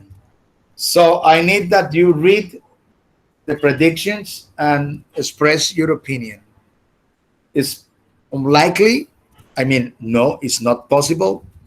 The second one is possible. The the third one is likely. Is you are sure that it's going to happen, and definitely is that yes, I am sure it's going to happen. Oh, those are the evaluations. So let's start with Yesid. Yesid, can you read medicine and health, please? Okay, teacher, give me a moment. Okay, medicine and health. The majority of security No, of surgeries surgeries. sorry. So The majority of surgery is a surgeries medical will be operation. Okay, okay. surgery is a surgeon is a doctor that can operate your body. For example, your stomach, your belly, your liver, whatever. Okay. The majority of surgeries will be performed by robots. Performed by rabbits. Performed by robots. By rabbits. What is your opinion, Yusuf, in this one? In this point, I think that is mm, unlikely. It's not possible? Yes, it's not possible. For you, it's not possible. Yes, teacher. Because it's difficult that a robot can do or can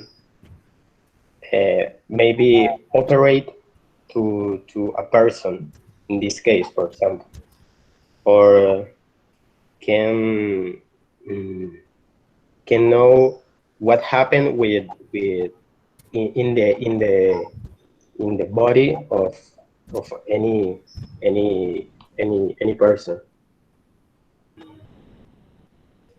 Okay, good, good. That is your Jesse says that it's not possible by no means that a robot can uh, do a surgery, can operate a person. Yeah. Who doesn't agree with the seat? Say so.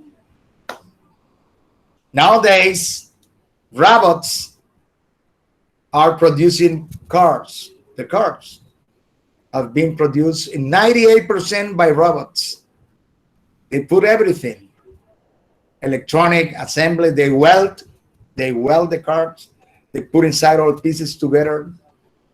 Yeah. You know, I used to work for Philips. Philips company. Philips is a Dutch company. Dutch means from Holland. And here in Barranquilla, we have a plant of fluorescent lamps, lámparas fluorescentes, fluorescent lamps. And here in the big ones, SL48, because it was 48 inches.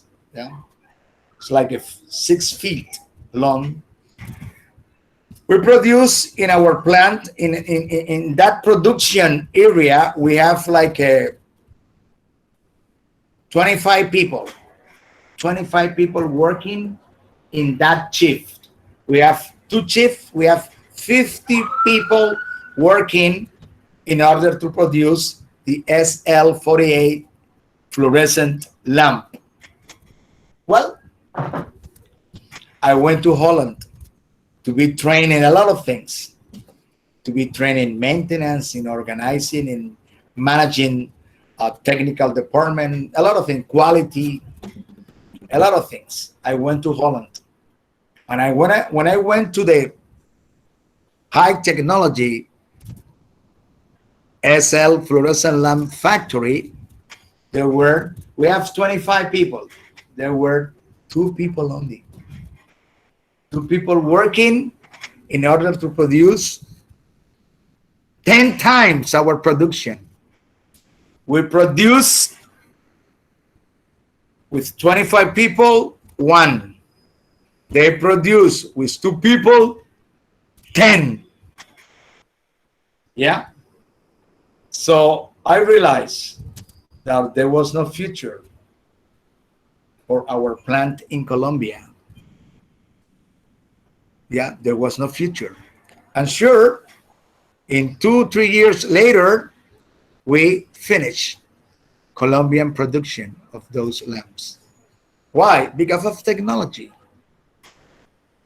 And in that factory, robots were working, producing the same thing that we produce with 25 people. Yeah. So that's technology. Nowadays in American, in the car industry, in the past, when Mr. Ford started producing the T model, there were a lot of people working in a assembly line. A lot of people. Nowadays, not too many people. They are working with robots. Yeah, only. And there are some supervisors controlling with or monitoring with computers. That's it. Nowadays we produce copies of spare parts with a computer. Yeah, it's like a photocopy. It's a like we make copies in a machine. I can take a piece of paper and I made a copy in colors. But nowadays they take this piece with a machine and they made a copy exactly the same like this one. And they say that in the future we are going to produce. What do you need? A liver. They produce a liver. What do you need? A kidney. They produce a kidney. What do you need? A bone, or they produce a bone for you. Yeah, in the future. So it's better to. It's not better to be ready, but it's better to imagine a world with all these new technologies. Okay. Again, for example, Carlos Alfonso, what is your opinion about the majority of surgeries will be performed by robots? Well, I think that in a future will be possible because the Oh, robots are more what do you say it's not probably that he take a mistake are more I don't know how you say precise uh, but I think that robots are more security for surgery. yes, that's right. Let me give you.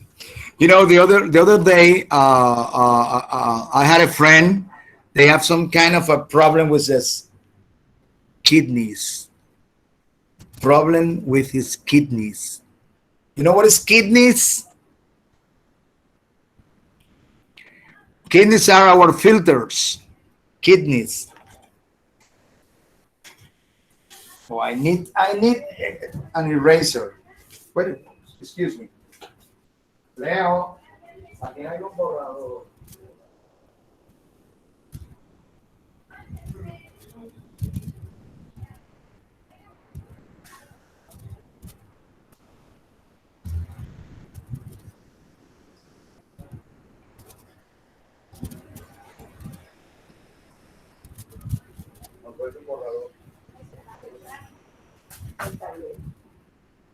Bueno, lo veo.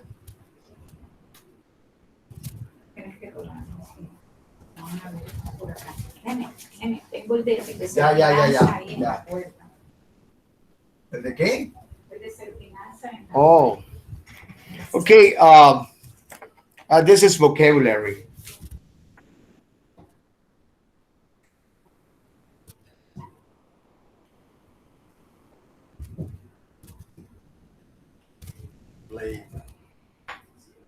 Okay, kidneys.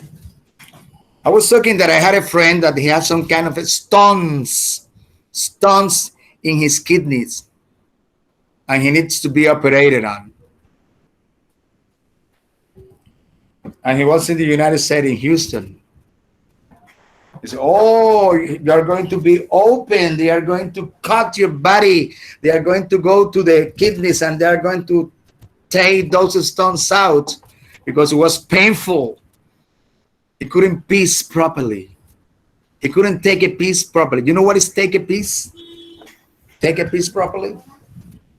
Carlos, what is take a piece?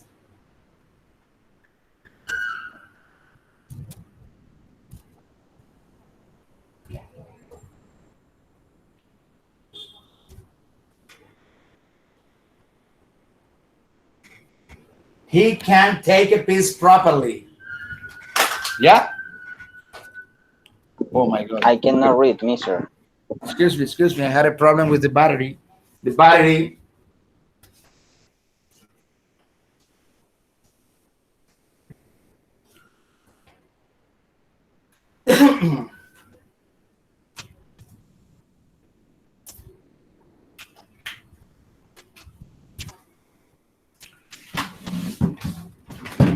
Can you see here? Excuse me. Nicolas, can you see here? Kidneys, but now yes. Okay. Kidneys, liver, and he can't take a piece properly. In English, you can say, for example, if you are going to the toilet, you can say, oh, I'm gonna take a leak. I'm gonna take a leak. It means I'm gonna take a piece. Okay? All right. I thought that in order that the stones be removed from my friend's kidneys, he had to be operated on by the doctor. He had to cut and to go inside the kidneys and take the stones out. No. He went to a machine, put dirt. It was an electronic laser that the electronic lasers locate the position of the stones with the coordinates in a computer.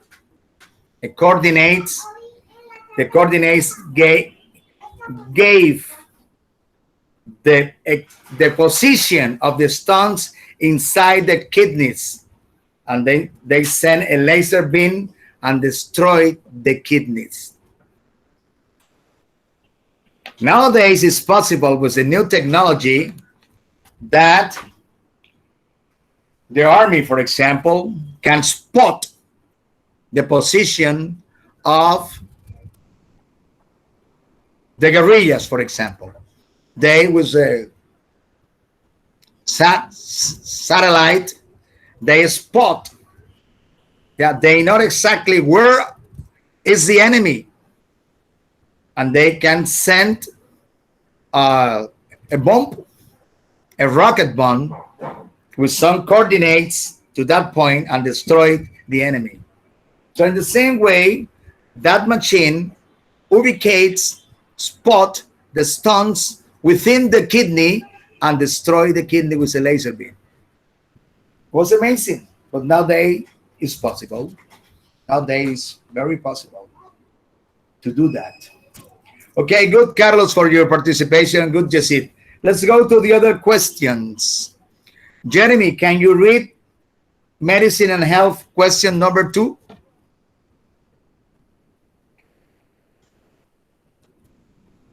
Is Jeremy here, please?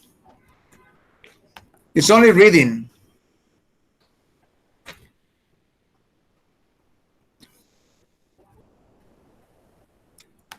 Or you are not in the page, Jeremy?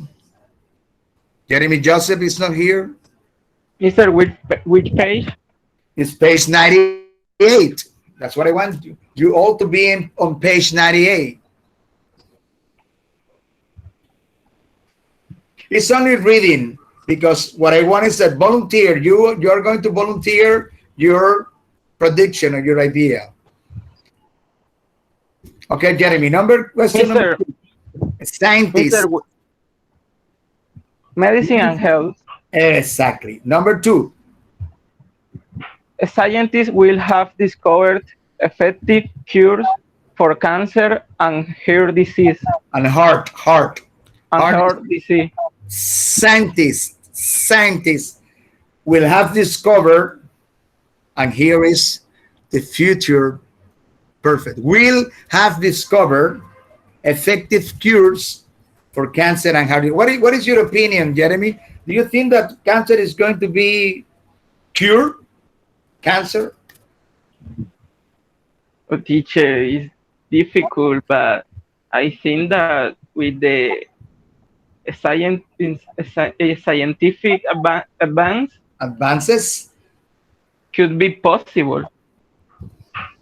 What about heart disease?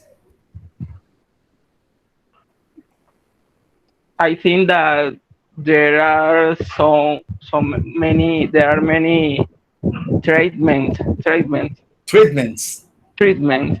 to heart disease, and this is it, teacher.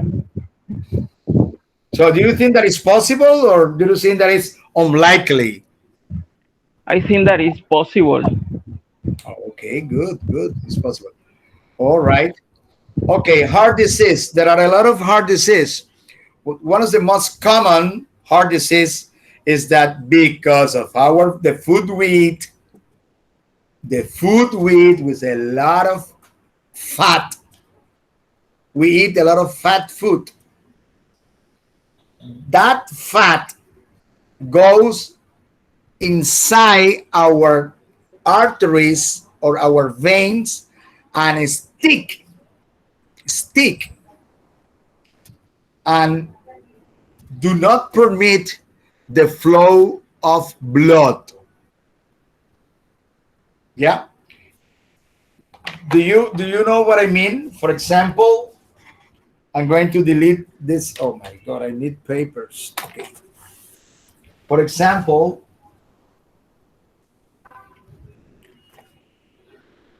imagine this is an artery.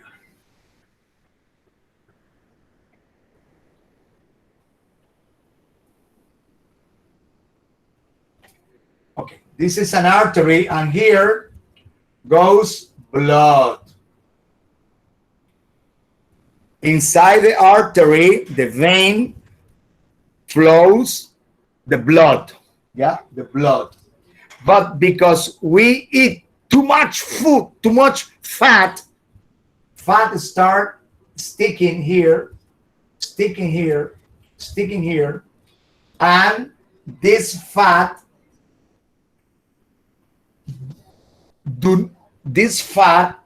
doesn't allow the blood to flow, to flow properly, the blood. So eventually it's going to be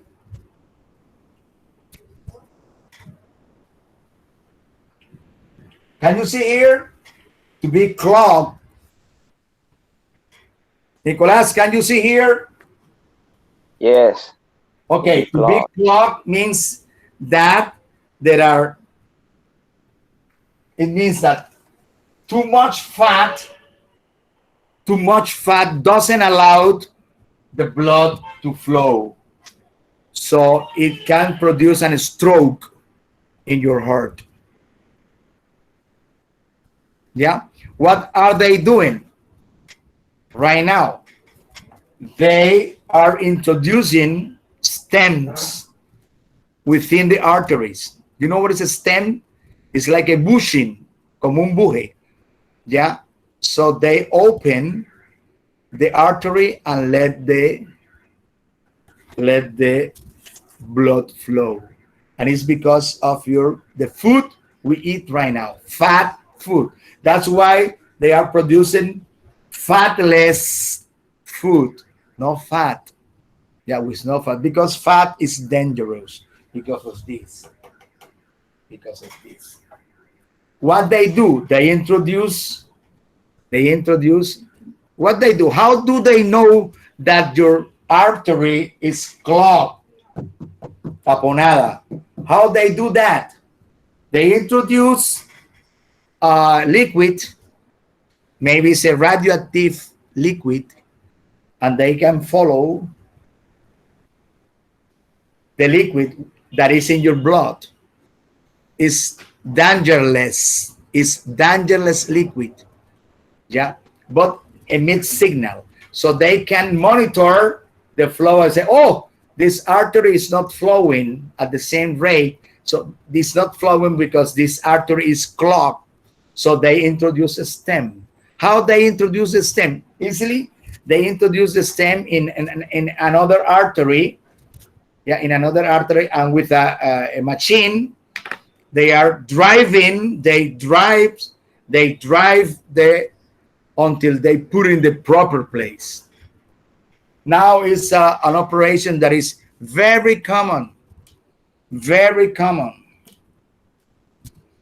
Yeah, there are eventually there are some arteries that are completely clogged and they cannot put stem, so they replace. They cut here and they cut here and they put another piece of artery for another from, for example, from your leg. Is maybe this artery is in your heart, they replace by another artery the same size that is, for example, in your leg. They cut a piece and they put it here inside that. That's they call here open heart operation, operaciones de corazón abierto. But nowadays they can do that easily. It's not difficult to do that. Yeah, but medicine has advanced a lot. Okay, about cancer, they are investigating what is cancer. So far, they don't know what produce. They know eventually, for example, smoking can produce cancer, or some kind of a situation can produce cancer. Maybe if you like to go to take some bath so often, maybe it can produce cancer in your skin. I just had, because I'm bald, and a long time ago, I used to go to the beach, and I love to take some bath. Yeah, I don't like to be a pale face. Yeah, I like to take a copper tone, and I developed some kind of things over here in my skin, and the doctor told me, do not go to take some bath anymore. And if you are walking down the street, I love walking. But yeah, please use a cap in order to avoid the sun on your skin. And long sleeve shirt, but here in Barranquilla, long sleeve shirt, the sweat is gonna kill me. Anyway, they are investigating about cancer, and eventually, in the future, cancer is going to be cured. Okay, Gloria, can you read number 3?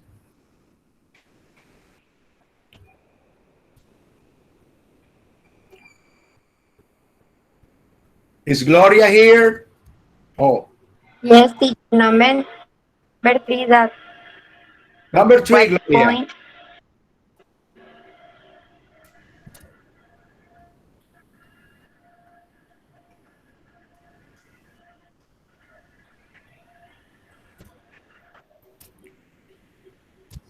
Teacher, what point? 3, number 3, medicine and health. Okay. Eyeglass will have become Glasses, obsolete. eye. Eyeglasses will have become obsolete. Eyeglasses will become obsolete. Your opinion? Do you think that's gonna happen? Mm, it's likely. Likely. Okay. Yes, possible. Nowadays, for example, my wife. Oh my wife had to wear glasses thicker than this because she was almost blind. And he went to an operation. So nowadays, my wife doesn't wear glasses, eyeglasses. No way, Jose. Maybe you can wear some sunglasses because you know, Raven, you know, they are very expensive, very nice. Maybe, but you don't need eyeglasses in order to read or to see properly. It's a very common operations nowadays. Nowadays. Okay, Lastenia, can you read number 4, please? Oh, Lastenia have abandoned. Lastenia has gone away. Is Giselle Caballero here, please?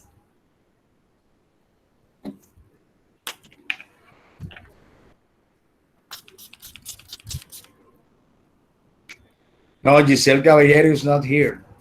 He's here in the it's here in my computer screen, but Yaritza, what about you? Yaritza Castrillo, are you here?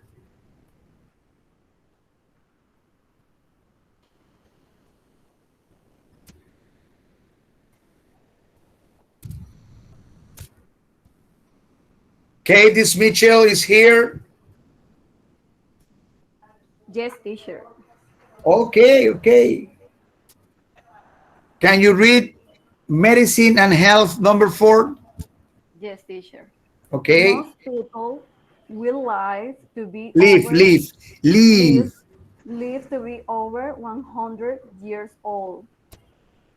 Okay, teacher. I consider is maybe is possible, but the pollution is very high, and Is what? the pollution. Ah, pollution. Yeah, pollution is killing us. Yes, teacher. And the foods are highly processed. So I consider that is not real. It's not real. Yes, teacher. Okay. But today there are a lot of people with more than 100 years old. Yes, teacher, but it's not common. It's not what? Common. It's not common. In Japan, it's very common. In Japan, it's very common to find people over 100 years. Yes. And okay, what they said is that in the future, there are going to be a lot of transplants. Yeah, nowadays you can have, if you find a heart, they can put another heart. For example, Mr. Rockefeller, he was a millionaire. He had more than 5 heart transplants. They replace his heart 5 times. Okay, he's a millionaire. He could pay that. And if you read, for example, there is a writer. I'm going to suggest a book to you. Wait a minute.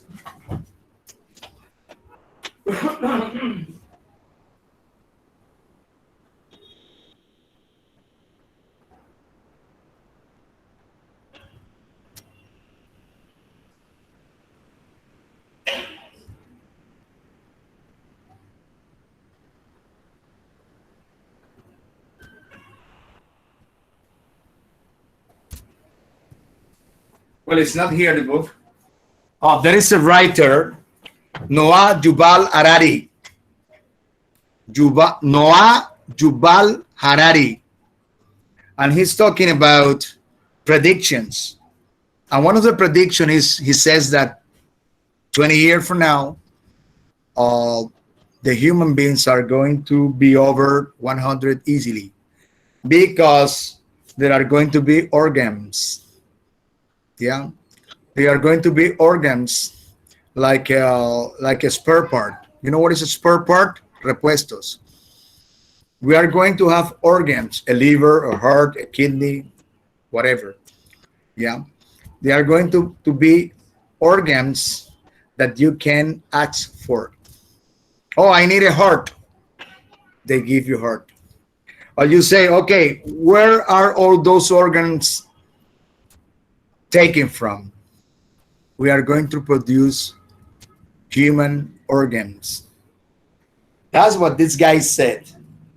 That we are going to have 3D copies machines, 3D copies machines, and those machines are going to produce human organs.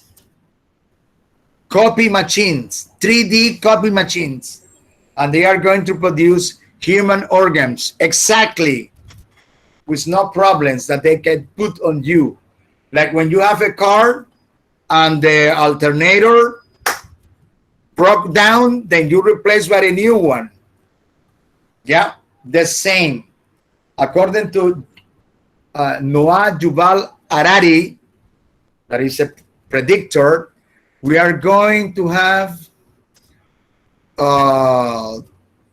human organs in stock that whenever we need them, we can take it out and replace it in our body. So life is going to be over and over 100, 150. At the beginning, the richest are going to do that. So they are going to be, the world is going to be divided, the richest and the poorest. The richest can live more than 100, 200 years, and the poorest are going to disappear eventually.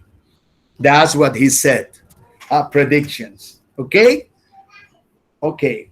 Now you have to write down your predictions about medicine and health. Medicine and health. Taking account this, in the Middle Age, the average life expectancy was 40 years old, 40 years in time of Christophorus Columbus in the Middle Age. In the 1400, the average life expectancy was 40 years. What is the life expectancy today? What is the life expectancy today? Who can tell me? What is the life expectancy today in years? In the Middle Age? 80 or 85, probably. Yeah, right now it's 80, 85. The life expectancy is 80 to 85 in the United States. In countries like Colombia, maybe 78, 80. But it's more or less that. And day after day, it's going higher. Because nowadays people go to the gym. Nowadays people take care of the food. Not too much fat food. They go to the gym. They are on a diet. There are better medicines. You go to the doctor 3 or 4 times in a year. You make a checkup, and you do a lot of. You go to the laboratory, blood tests, urine tests. Yeah, all those tests. Yeah, so no problem, no problem, no problem. Stool test. You know what's a stool? I forgot. Mister, Yes, Nicolas. yes, you forgot what? What's the what? You said that you had forgotten something. Ah, And yes, I, because there are some. If you have a dictionary, let me check. A stool.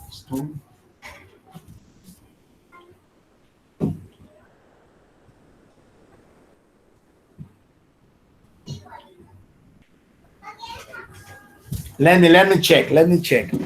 If you don't use a word, if you don't use vocabulary, yeah, languages can be forgotten if you don't practice. Let me check what it is. This Let me check something that I forgot.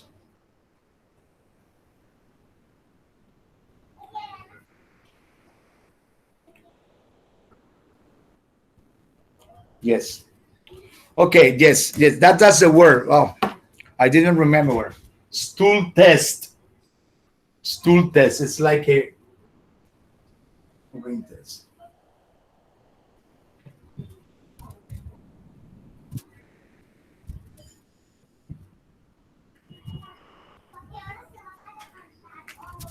Stool test, urine test, blood test.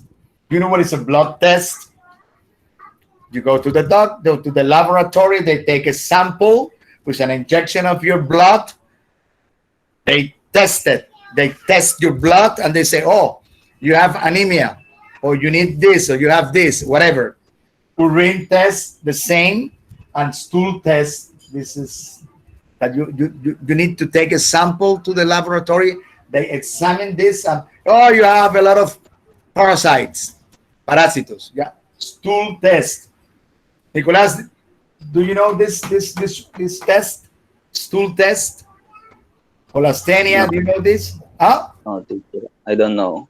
Well, a stool Ah, no, test. no, yes, yes, yes, yes, yes, yes. I You am go to reading the right now. toilet. You Yes, take yes. a sample. There's a solid material, and then you take it to the laboratory. This is stool test. This is the word I. In the moment, I couldn't remember stool test. Yeah, stool test. Mister, but I would like to say something Okay, about life expectancies. expectancy. Yes, yes, good. You like reading. I know you like reading. If you read about history, you would realize that many years ago, before Jesus Christ, people used to live longer than now. It means that I think that life expectancy is going down Why, right why do now. you say? Why do you say that, Nicolas? Why do you Uh, say that? if you read Do you about, have if you read evidence? the Bible, if you read the Bible, The if Bible you is read not. The Bible is not a scientific book. That's not evidence. The Bible but, is not evidence. but wait, for that reason, I am telling you this is my personal opinion about life Okay, okay. No, expectancy. but the Bible is not. The Bible is not that something that you have to believe. No, that's not true. Because they say years, but maybe year was according to the moon, was a month, not a year. So they say, oh, this guy lived 600 years. It's not possible. It's not possible. Yeah. Human beings are not possible to live 600 years. No, that's not possible. The Bible is not a scientific book. The Bible is a book of stories. The Jew people, they have writers, the scribas, writers, and they heard stories about a lot of different civilization, different people, and they copy. Yeah. One of the most advanced people in the past were the Persas. Yeah. It's different. The Jews, they heard and they copy something in that book, yeah, in the Bible. But the Bible is not a scientific book. It's not that. Bible is stories of many different ideas that they were in the past. But it was not true that people lived 600 years or what. No, that's not true. That's not true. How do you prove that that is not true? Because we are human beings. We are human beings. And according to the Homo sapiens, we've been living, the Homo sapiens like us, we've been living here like 40,000 years only, or 3,000.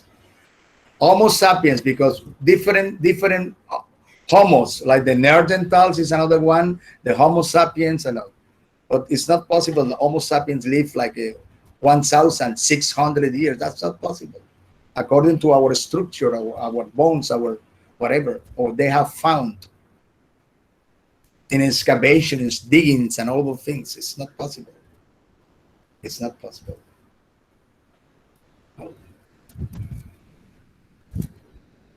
According to the Bible, uh, There was a guy that was swallowed by a whale, and 3 days later he appears.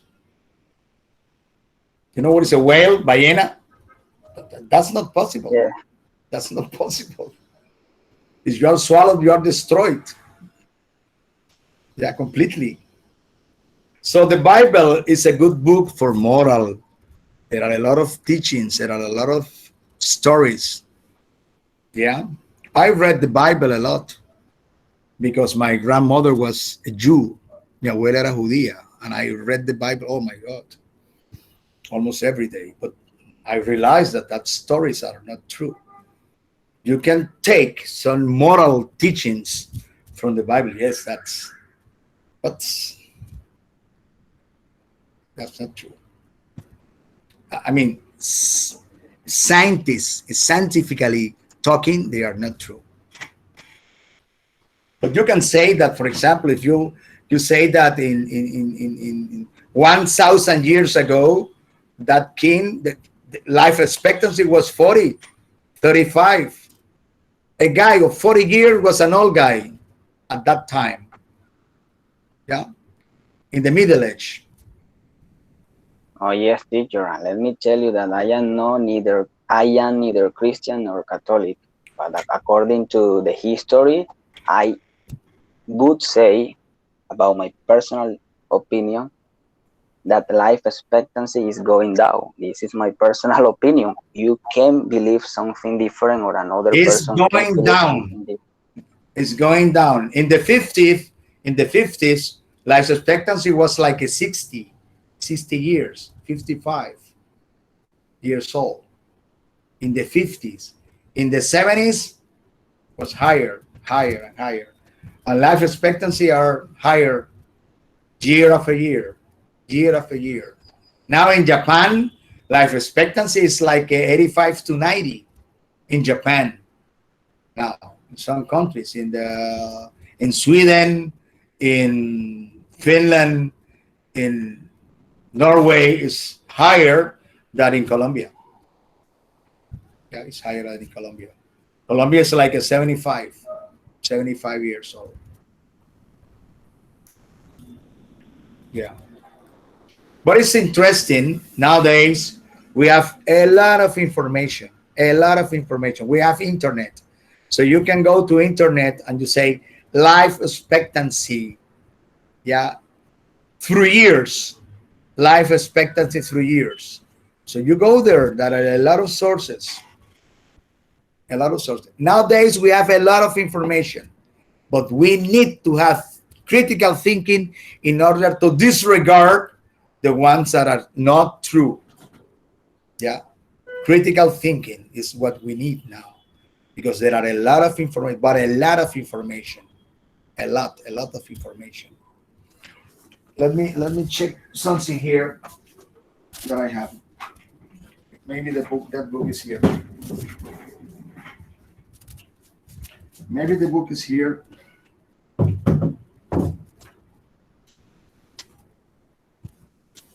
Okay. This is a book. Maybe there is another one here. Sorry.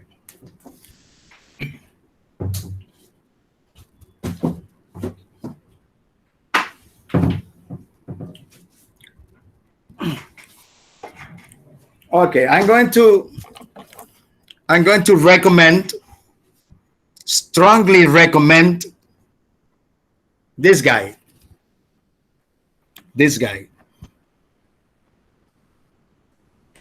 Yuval Noah Harari. Strongly recommend this guy. Yeah. I have this book, also this book from this guy, Yuval Noah Harari. Noah is Noé. Yeah. And he says it's a brief history of mankind. Yeah. This is a Jew guy. He's from Israel, this guy. And he's an international speaker guy. He's an international, he gives speeches all over the world all the time. It's very young. Yeah. So these books are, this one is predictions. Predictions. It's about predictions. Yeah. Predictions. I strongly recommend these books to you. If you want to be updated about science, about predictions, this guy. Yeah, Yuval Noah Harari. I don't remember. It's 2 years ago, 3 years ago. He came to Cartagena to one of those congress. Yeah, but this a guy that is known all over the world, all over the world. Yeah, he's vegan. He's vegan, and he lives with his partner. He's homosexual guy. Yeah, but it's, my God, it's very intelligent. One of the most brilliant writer I have ever read. I have ever read. And I read every day. Every day I go to the bookstore, look for books, a lot of things, a lot of things. And this guy is excellent, excellent, excellent, excellent. Yeah, Nicolas, if you have a chance to go to the bookstore or to the library of the Universidad del Atlántico, maybe you can get this book over there. Yeah. There are three books. Three books. I'm going to let you know the name in Spanish. De Animales a Dioses is about the past, history. Homo Deus. Homo Deus is about our future. And 21st Lessons is about our present. Yeah. It's about our present. Excellent, excellent. If you like reading, if you want to be updated, if you want to about predictions about, but I mean, it's a well written book, and they are investigators. They investigate all the time about a lot of things, Yeah. So I can recommend you books about this, about that, because I am not working, I mean, properly working, because I am retired. So my passion is reading about many topics, about economy, about history, about a lot of things. I have nothing to do. Yeah, I have nothing to do. And now next month I'm going to the United States. So I visit bookstores there, and I buy books. That's my passion. That's what I do. That's what I do. Okay. Oh my God. Let's continue. Okay. What about transportation? What about transportation and home and work? We have been discussing about petroleum. We are going to get rid of petroleum. We are not going to use petroleum anymore. We're going to use another source of energy, like solar energy, like wind energy, yeah, electrical energy, like batteries, yeah, in order to move, yeah, our equipment, our vehicles, our devices, yeah. For example, on Mars, we are on Mars. They are using solar panels in order to collect the solar energy and to transform on batteries to move the equipment, the vehicles in Mars, on Mars. Yeah. So petroleum will not longer be used as an energy source. Yeah, it's possible. It's now we are doing that. And we are doing that because the cars that we're using, the industries that are the fumes, the chimneys are emitting carbon dioxide to the atmosphere, and that is producing global warming, are not going to be allowed anymore legally because of global warming. So we are going to use another source of energy. We have the sun. We have the sun, so we are going to use a lot of solar panels all over the world. All over the world. Yeah. What about number two? What about number two? Vehicles, cars will not require a driver. What is your opinion about that? Will not require a driver.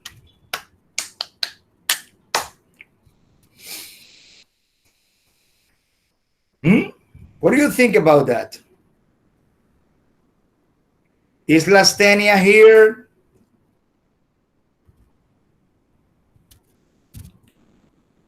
Mister, we can expect everything about technology. Technology surprises us every time. Yeah, of According to course. that, I can say that it may be possible in the future.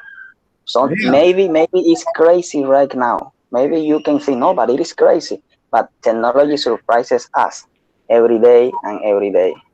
And I yeah. think that it might That's be good. possible in the future.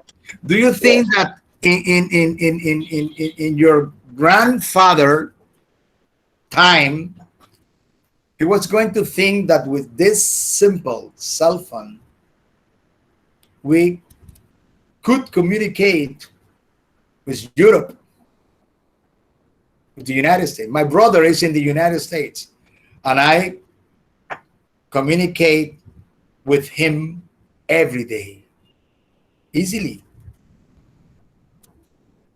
easily. I can see him talking and showing me this and that and whatever. Yeah, yeah. I talk with my brother every day. My friend, I have a friend. Uh, his name is Nicholas, as you. Yeah, his friend. We say Nico. Uh, and his daughter is in France, and and the other daughter is in Paris, and the other daughter is in another city, and he communicates with them every day. It's a cell phone, a simple cell phone. Yeah, you can send a message, you can test, you can do a lot of things. This is a computer. This is a computer. And nowadays it's more important to have a cell phone that the watch or whatever. No. The watch is not important anymore, because here is also a watch, it's a computer, it's the information, it's everything is here. So as Nicolas says, technology surprises us every day. Technology surprises us every day. I have seen cars driverless, driverless. An airplane. When you are in an airplane, they have to, for example, a 6 hour flight, a 6 hour flight from Bogota to Paris. Eventually, they put the automatic pilot. They put it, and they go and they have a lunch and they talk. And the plane in that moment is pilotless. Is pilotless, the automatic pilot, because there is a computer that is informing. Yeah, a computer is taking all the information. Yeah, the pressure, whatever. Yeah, the altitude, everything. So it's pilotless. Really, they need the pilot in order to take off and in order to land. That's why they need a pilot. But in the future, there is not going to need a pilot for landing or for taking off. So the same is going to happen with cars. Now in the United States, I remember a long time ago, I need a map. When I arrived, the first things that I did was buying a map. Buying a map. I need a map in order to my God, I want to go from Miami to Orlando. I need a map. I remember that I traveled from Miami to Houston, driving my car. I need a map. But nowadays, you don't need a map. You have a GPS. And the GPS in the computer of the car says, go to the north and in the mile 102, turn to the right. Do this, do that. And if you are making mistakes, say, no, no, it's not allowed to go that way. Go, and they explain to you everything. My son is today is coming from the United States, and my brother lent him a car. Go to that place. Go. He didn't need a map. Just he put in the computer cards the address, and easily they go. Easily they go. They don't need a map. They don't need. They just need the address. Pompano Beach, 22-3 Southwest, and that's it. And the car takes you there. Go to this, turn to the right, turn to the left, straight ahead, how many miles, whatever, and they give you the instructions to go any place. To go any place with the GPS. Easily. Okay, oh my God. Let's continue. Commercial space travel will be available to anyone who can afford it. To anyone who can afford it. You can go to the space around the earth if you can pay for it. If you are able, if you have enough money to pay for it, you can do it. Mr. Elon, yeah, they are doing that. They are offering this nowadays. All right? So it's possible. Yeah, it's possible. Digital technology will have replaced the traditional paper password.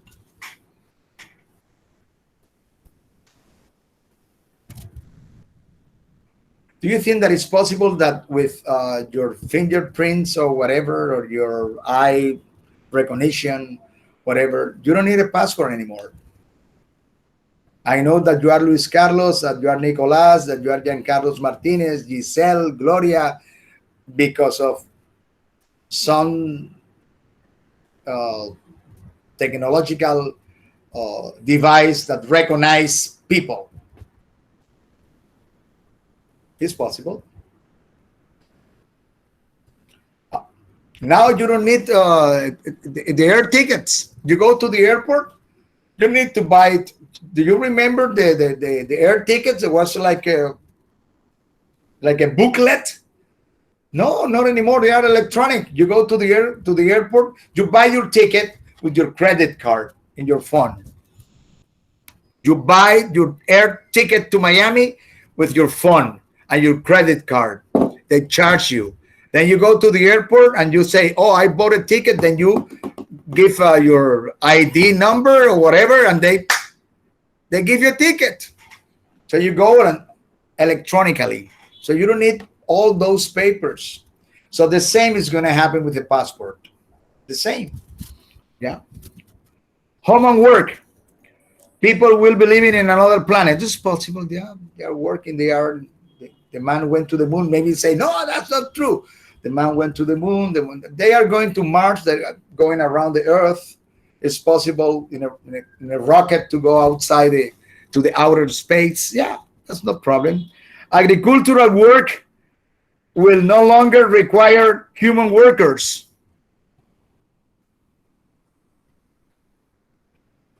Agricultural work will no longer require human workers. I remember when I was 20, 21, 22 years old, I had just finished my career and I went to the cotton fields, Campo de Algodón. And there were people picking up cotton balls, picking up cotton, with their hands. But in the other farm, there was a machine picking up the cotton. It's a machine, cotton ginner machine. In this farm, people working with their own hands. In the other farm, a machine collecting, picking up the cotton balls. Yeah, it's possible. Right now, there are machines for everything in the United States. The corn is picked by a machine. Yeah, not with your own hands, not anymore. The majority of homes will have robots to do household chores. Have you seen a robot that clean the house? Is going. It costs like a 1 million pesos in Barranquilla. It's something round.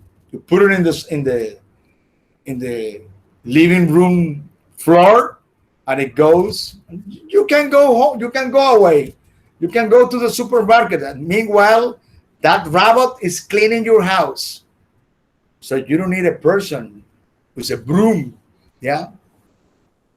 No, no, no, not anymore. There are washing machines, dish watchers. Yeah. There are nowadays is most people will work and make living from their own homes. This pandemic season, this pandemic has proof that we can work from home. So many companies are thinking, oh, we are paying a building, the maintenance of a building, we're paying a lot of money. It's not only the building, the furniture, the cleaning, everything, the maintenance. So they are thinking that you are an engineer, you can work from your house. Do you have a nice and good computer, a reliable computer? Do you have internet? Yes, oh, don't worry. Work from your house. That's it. Yeah. And most people will work and make living from their own house. That's true. That's true. Okay, these are the predictions. Now you have your predictions. You can do your predictions. Yeah, you can do your predictions about the future. But in order to do the predictions, you need to be updated in technology, information, reading. Yeah. Nowadays, is you need to be informed. You need to be in your career, but in many things. Information. Information. In the past, you you read the newspaper, the local newspapers. But nowadays, if you go to any good, not RCN or Caracol, but a good news in a broadcasting company, you can be informed what happened in New York, what happened in Europe, what happened in Russia, all over the world. In minutes, you're informed. So the human needs to be informed in order to take decisions, good decisions. Yeah, in order to take good decisions. Okay, I'm going to ask you a favor. Go to page 99 and take a look to that dialogue and to idioms expressions. I'll be back in 1 minute.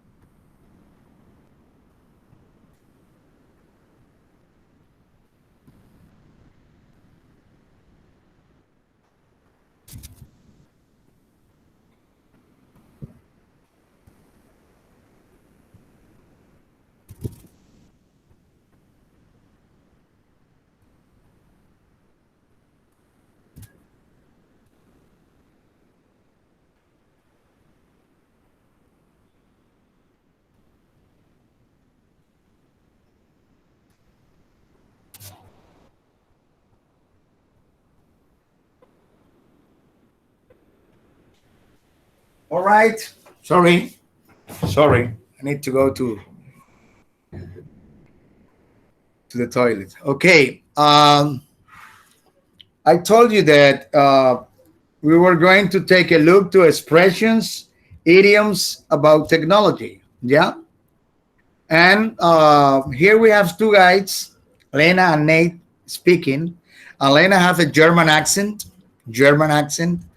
and Nate is an American guy. It's the standard American accent. Okay, so we are going to listen about. They are going to talk about new technology, new technology. Yeah, and there are some expressions. Yeah, that we are going to take a look and we are going to discuss. All right. So page 99.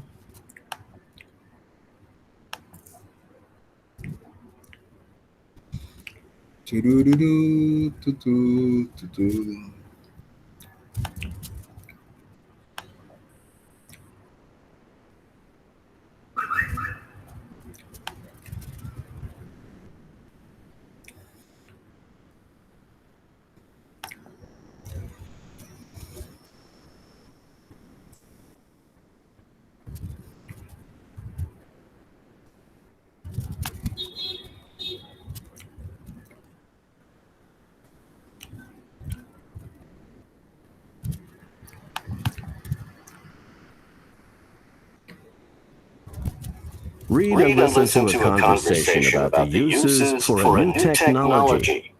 Notice the spotlighted language. I just read that packages are going to be delivered to people's homes using drones. Is that cool or what? Well, it's shocking how much they seem to be catching on. You never know where you're going to see them next. That's true. Unfortunately, no matter how you look at it, it's just going to open a can of worms. Really? In what way? I just think the more drones, the more unintended consequences. Sorry, I don't get it. Drones seem pretty harmless to me. Well, think about it. Imagine thousands of drones flying all over the place. Who's going to make sure they don't crash into each other? Before you know it, somebody's going to get hurt. Come to think of it, I read last week that some have already crashed into cars, and even people. And from what I understand, that's just scratching the surface. It gets worse. Pilots have been reporting sightings of drones during takeoffs and landings. Wow, that's no joke. Exactly. At some point, there's going to be a collision. It isn't a question of if, but when. Well, this is definitely a case in which the bad outweighs the good. Okay, we're going to listen again. We're going to listen again. Pay attention again. Lena is a German accent, and Nate is the traditional American accent. Here we go again. Read and listen to a conversation about the uses for a new technology. Notice the spotlighted language. I just read that packages are going to be delivered to people's homes using drones. Is that cool or what? Well, it's shocking how much they seem to be catching on. You never know where you're going to see them next. That's true. Unfortunately, no matter how you look at it, it's just going to open a can of worms. Really? In what way? I just think the more drones, the more unintended consequences. Sorry, I don't get it. Drones seem pretty harmless to me. Well, think about it. Imagine thousands of drones flying all over the place. Who's going to make sure they don't crash into each other? Before you know it, somebody's going to get hurt. Come to think of it, I read last week that some have already crashed into cars, and even people. And from what I understand, that's just scratching the surface. It gets worse. Pilots have been reporting sightings of drones during takeoffs and landings. Wow, that's no joke. Exactly. At some point, there's going to be a collision. It isn't a question of if, but when. Well, this is definitely a case in which the bad outweighs the good.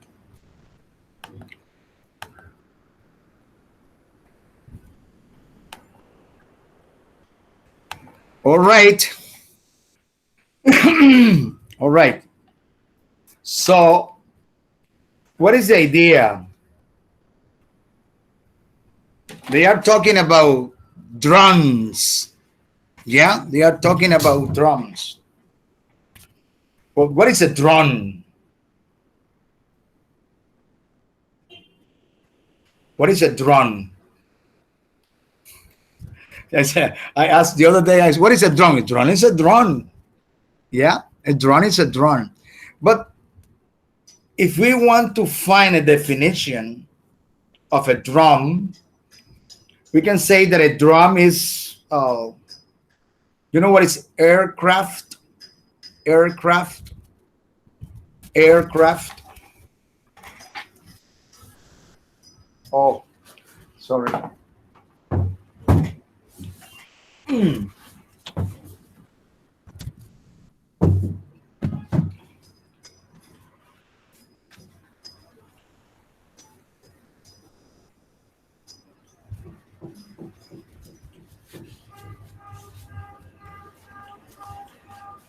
Can you see here? Yes. Okay. We say that it's a aircraft. But what is a quality of the drums? What is the quality of the drum? Do they need a pilot? No. No. No. So we are going to the definition. So they are pilotless aircraft. Yeah. Pilotless aircraft. Yes or no? And how you can and how can you operate your drone? How can you say, okay, go to the north, go higher, go? How can you do that? It depends. Normally with a remote. With a remote control. Yes. So the drone is operated. It is. Oh, sorry. Oh my God! I need another.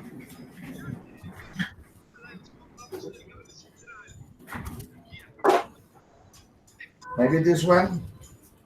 So we can say that it is a pilotless aircraft that is remote or is operated. That is operated by radio. And this is the definition. This is the definition of a drone. It is a pilot. This is very important. Pilotless aircraft that is operated by radio. Okay? And why is pilotless?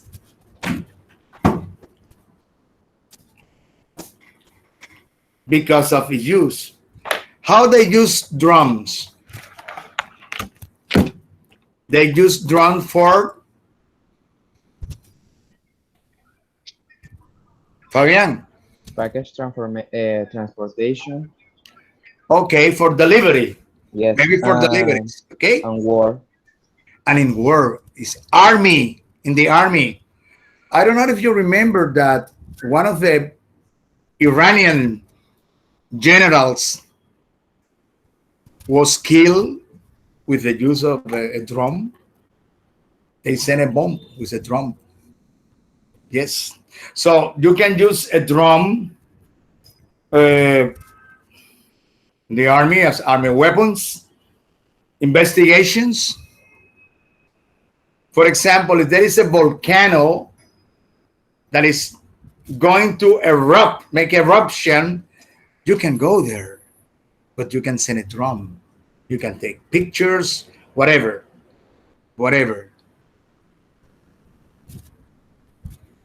Yeah, whatever. You can do whatever. Investigating for National Geographic uses drones in order to take pictures from the air, yeah, to mountains, to forest, to rivers, to the ocean, whatever. Okay? It's a pilotless aircraft, and they are used because there are some places that are so risky or dangerous that a pilot cannot go. Okay? Cannot go. Okay, so what are we going to do now? There are some expressions, yeah, that maybe we don't understand. But first, I need two volunteers for reading. Two volunteers for reading. Me, Today, okay, me. Me, Fabian. teacher. Okay, Fabian and Luis Carlos. Fabian is going to be Lena. It's a German accent. Luis Carlos is going to be Nate. Okay, you can start. You can start. I just read the package are going to be delivered to people's homes using drones. Is that cool or what? Well, it's shocking how much they seem to be catching on. You never know where you're going to see them next. That's true. Unfortunately, no matter how you look at it, it's just going to be it's just going to open a can of worms. Really? In what way? I just think the more drones, the more unintended consequence. Sorry, I don't get it. Drone seems pretty harmless to me. Well, think about it. Imagine thousands of drones flying all over the place. Who's going to make sure they don't crash into each other? Before you know it, somebody's going to get hurt. Come to think of it, I read last week that some have already crashed into cars and even people. And from what I understand, that just scratching the surface, it's get worse. Pilots have been reporting sightings of drones during takeoffs and landings. Whoa, that's no joke. Exactly. At some point, there's going to be a collision. It isn't a question of if, but when. But when? Well, well, this is definitely a case in which the bad outweighs the good. The bad outweighs the good. Okay. All right. It's half past 10 now. It's 25, 35 past 10. We're going to have a break, another break.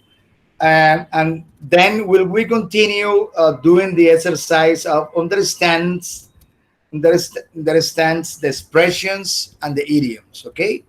Well, we have a 15-minute breaks and we'll be back in 15 minutes. Okay. With this exercise. Okay, teacher. All right. All right.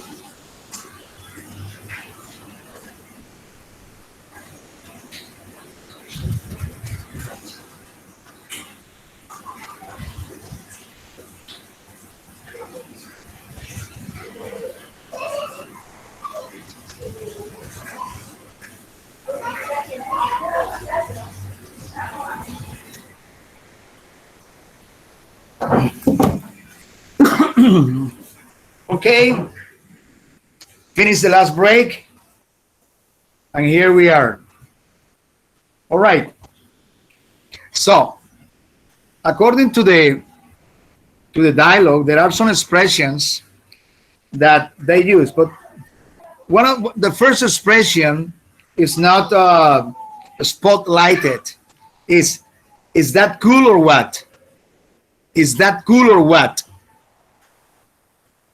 Have you ever used that expression when something is very nice, something that you like? You say, "Oh, that's very cool." Yeah, cool. Oh, that's very cool. So when you're going to say that something that you accept, that something that you agree, you say, "Is that cool? Is that cool for you?" And you say, "Is that cool or what?" I mean, do you agree with that expression or you don't? Is that cool or what? So that's the first expression. You can use that in informal uh, conversation. Yeah, in a colloquial conversation, you can use that expression. Is that cool or what? Okay. So, uh, say something is catching on. Yeah, be catching on. They seem to be catching on. What does it mean to be catching on? Yeah. For example, protesting seem to be catching on in Colombia. Yeah. Protesting against the government seem to be catching on in Colombia right now. To be catching on. What does it mean for you? Means that indicate that something has become popular. Okay, that something is very popular. very popular. Yeah, to be catching on is catching on means that is very very popular in that moment. Very good, Luis Carlos. Okay, it will open a can of worms. Yeah. For example, the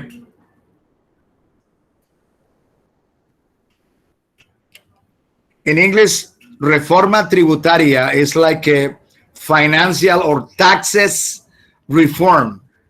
Reforma tributaria can be translated with a taxes reform, reforma de impuestos. Yeah. Well, the taxes reform in Colombia is going to be a can of worms. Yeah. It's like a Pandora. Well, taxes reform in Colombia is will be a can of worms. Yeah, a can of worms. What does it mean? A can of Uh, worms. Express concern about possible problems in the future. Exactly. It's a can of worms. You know what worms? You use worm for when you go fishing. But worms are yeah. So a can of worms. It means that it will open a lot of problems. More problems are going to appear in Colombia. More problems. The government is going to have more problems if the tax reform is presented. But the government did it. I mean, the president, I consider that the president doesn't have good advisors. Good advisors. Why? Because this pandemic has hit everybody, especially the poor and the middle class. Because the rich people, they have money. They have money. They don't need a job in order to get some dough, to get some money. But the poor people, the middle class people, they have been suffering this pandemic like hell. My God, a lot. Okay, number three. Before you know it,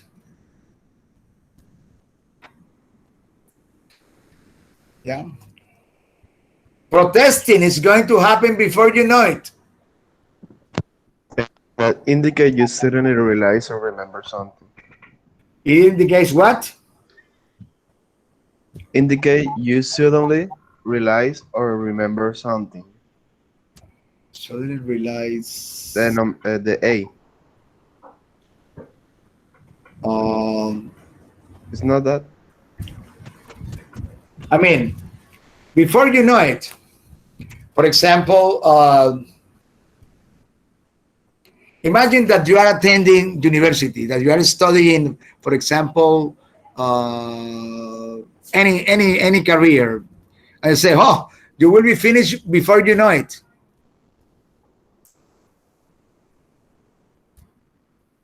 Or somebody's working in a nice project, and you say, ah, he will finish that before you know it. Yeah. Before you know it, it means that that thing is going to happen sooner. Honor. Okay, the C. It's going to happen soon. Yes. Yeah. Before you know, it's an expression. Oh, it's going to finish before you know it. Yeah. Oh, he's going to go before you know it. It's an expression that that thing is going to happen the soonest. It's going to happen as soon as, I mean, very soon. It's going to happen very soon. Okay, number four, come to think of it. Come to think of it. Come to think of it. What does it mean? Come to think of it.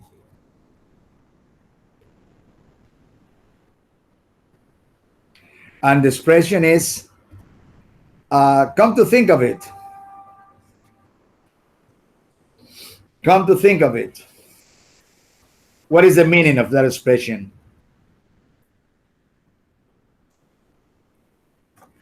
D. Elderly teacher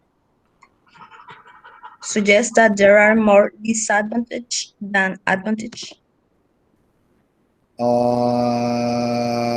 No, come to think of it. Come to think of it. I don't know in Spanish how to say that, but they are expressing, they are talking about, well, think of a mighty thousand of drums. Before you know it, somebody's going to get hurt. Come to think of it. For example, if I tell you, oh, with all these riots in Barranquilla, there are a lot of commercial stores that are going to close. Definitely. He said, come to think of it. Come to think of it. Yeah, it means that in when I said that a lot of businesses are going to go bankruptcy because of the riots, he said, oh yes, oh my God, that's true. Come to think of it. Yeah. You realize about something in that moment. Yeah. You suddenly realize or remember about that problem in that moment. A lot of businesses are going to be closed because of the riot. Come to think of it. Come to think of it. He llegado a pensar eso. Come to think of it. Yeah. You realize about something in that moment. Yeah. You suddenly realize about that problem in that moment when we are talking.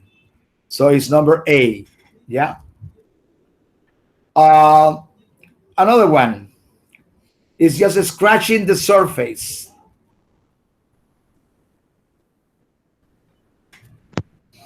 The the B teacher suggests that it provides only a small piece of total picture. It's just scratching the surface. It's like when you say it's just the tip of the iceberg.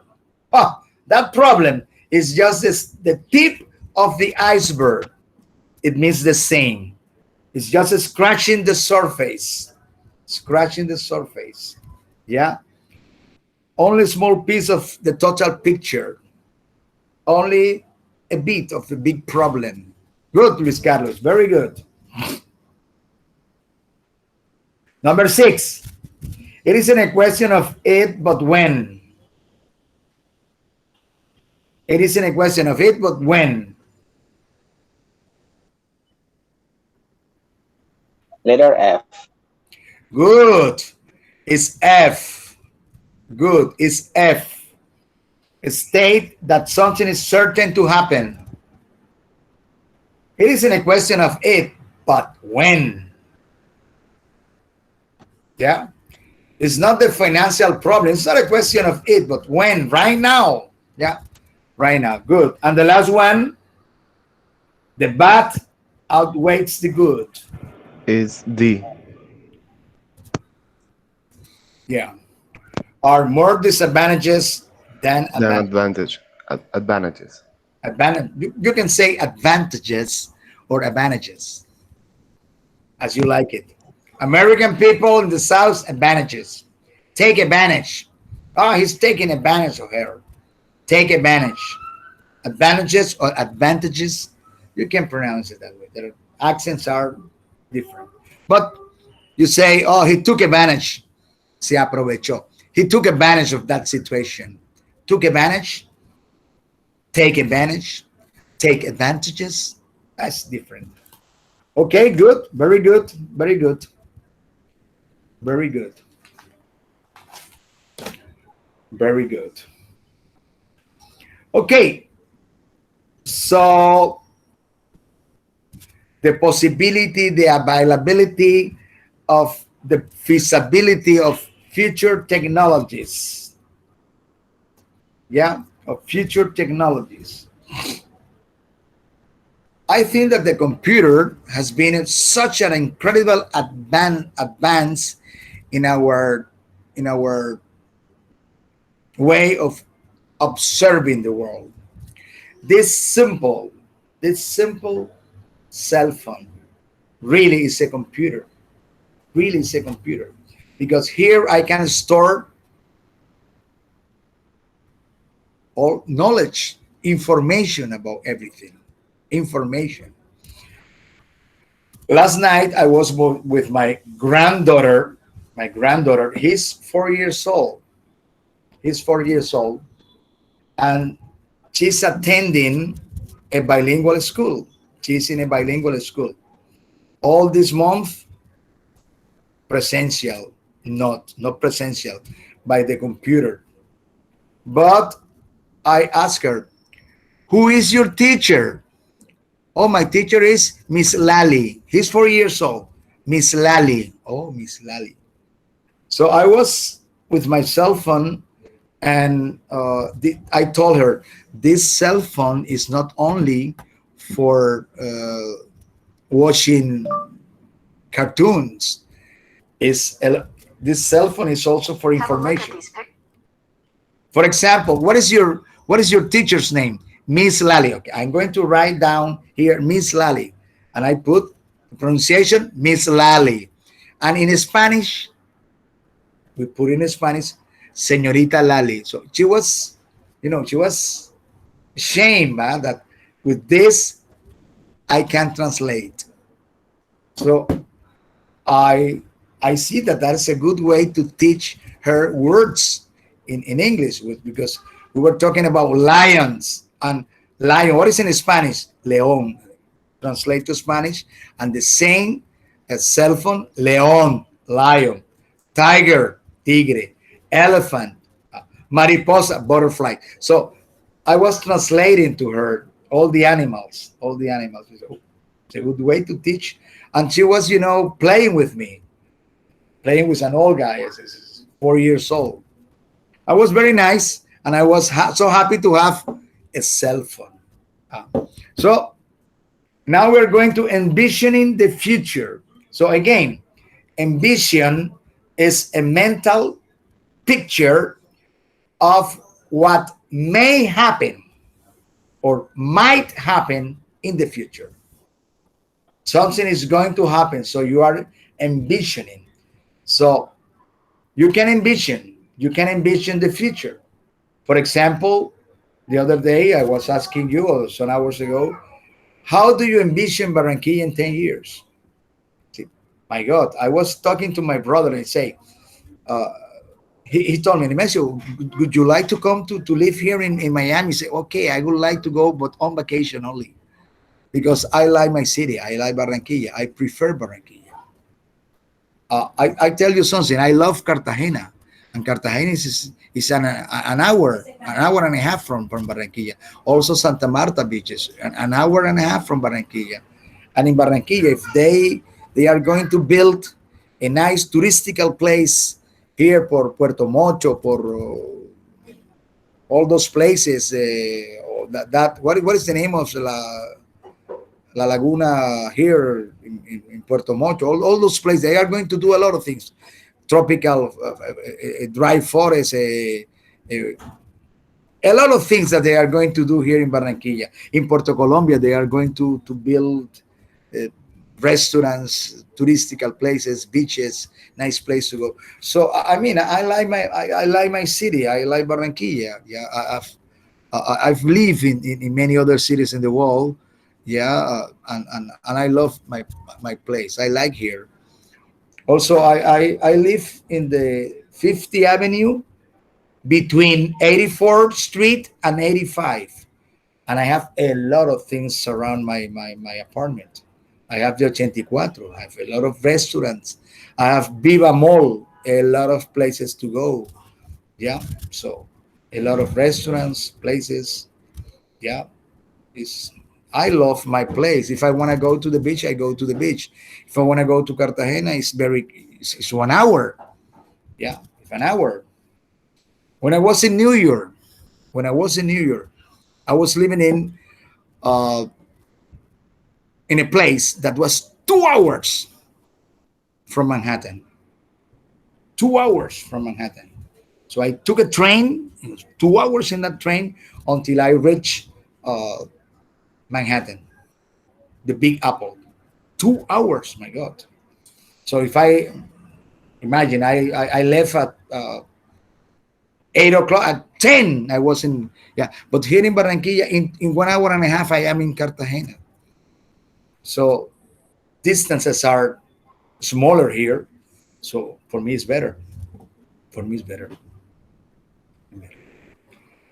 Yeah. So I envisioning my city as a nice place to live. With good restaurants, good places. And we're in the middle between two wonderful cities. We're in the middle between Cartagena and Santa Marta. My God, it's very nice. It's very nice. Okay, so let's go to envisioning the city. How do you envision Barranquilla? How do you envision your country? How do you envision your career, your future, your life? Yeah. What's going to happen in 10 years, 5 years from now? So let's take a let's we are going to listen, and then we are going to read for a while. Okay.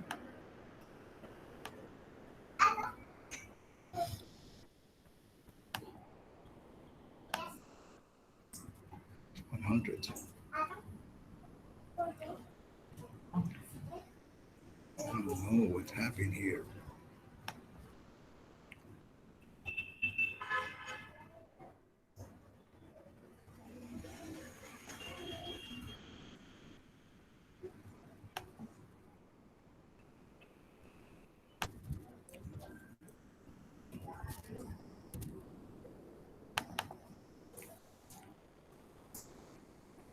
Read the article and notice the spotlighted grammar.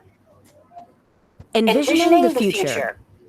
In the 1960s, only large institutions, such as banks, corporations, and the military, had computers. They were expensive, slow, and very large, requiring a special air-conditioned room, and access to them was limited to only a few people. In the 1970s, computer prices came down, and then small businesses began to use them. Nevertheless, in 1977, the CEO and founder of digital equipment, Kenneth Olson, predicted that computers would never be used in the home. In the early 1980s, Steve Jobs and Bill Gates introduced the personal computer, the Macintosh and the IBM PC, respectively, which made computing at home possible.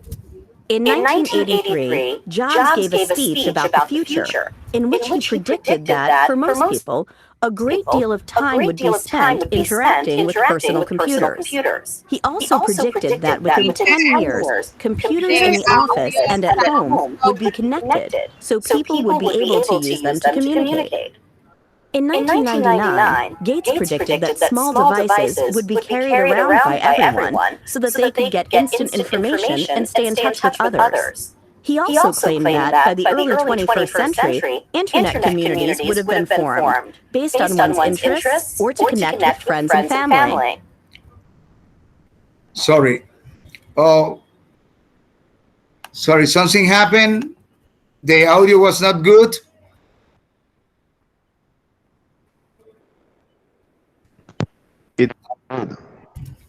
I heard somebody telling me something, but I couldn't listen properly.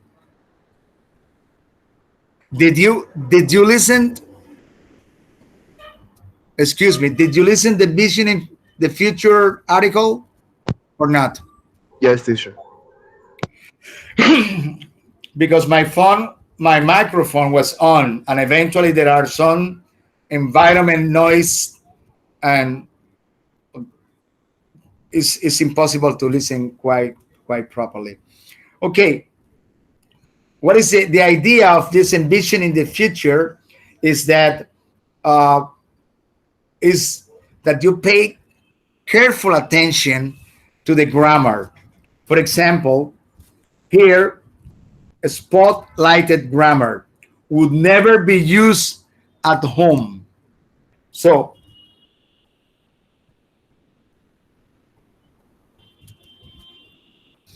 when you are going to express a prediction, or you are going to predict something, you can say, in 10 years from now, the computer would be the most important tool for human people. Would be, yeah, or would be used, would be used. The computers would be used as the most important tool for Colombians. That's a prediction. But what I want to highlight is that is the expression would be and then a past participle. A past participle. Little kids would be learned, serán enseñados in different languages, or they would be advised, whatever. Okay. Everybody, somebody said 5 years ago that in 1923 everybody would be connected. Everybody would be connected to the world, to the world, and that's true. I with internet, I can be connected. Right now I can be connected to Europe, but 2 years ago I might say, in 2 years from now, I would be connected easily to Europe. Yeah. So that's the would be connected. You say something and then you use would be plus past participle. That's it. Okay. The passive voice. Remember the passive voice? Yes. You remember the passive voice. Why you use passive voice? We have active voice and we have active voice and passive voice. What is that? Who can give me a hint? Who can give me a tip about when we use passive voice, when we use active voice? We use the passive voice when the subject is unknown, when the subject is not the Excellent. most important thing. Okay, excellent. Excellent. And we emphasize the object. Yes, exactly. The sentence. That's true. We emphasize the object. The object.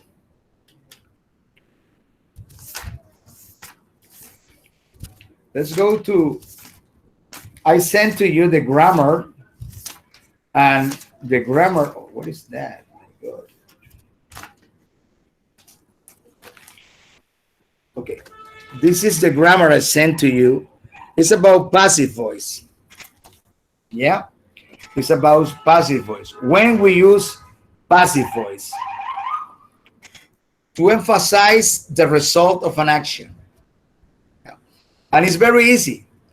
I can explain that to you with my own words, but there are a lot of videos. There are a lot of videos in which good teachers with excellent pronunciation and excellent examples let you know about passive voice. Here on page 149 or 41 are when you have to use passive word. But in the video that I'm going to show you, there is not only when we have to use a passive voice, but how we can change active from passive word. But it's very easy. It's very easy.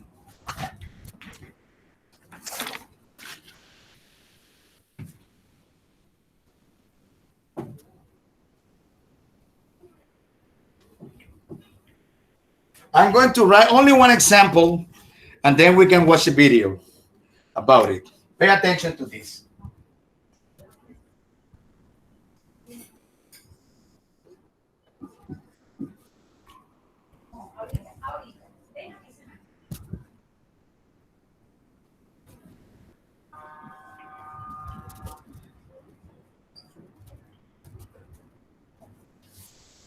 Okay?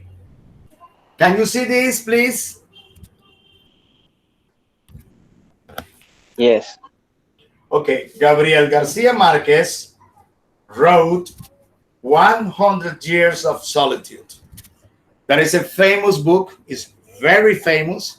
I mean, one of the most sold books in the world, 100 Years of Solitude. Yeah. Remember Aureliano Buendía, all those things, Amaranta, Ursula, all those characters of this novel. Okay, here, this is the subject, this is the verb, and this is the object. Yeah. We have identified the part of this sentence, Okay? So, according to what Nicolas says, he says that the object eventually is more important than the subject. Or maybe the subject is unknown. Yeah.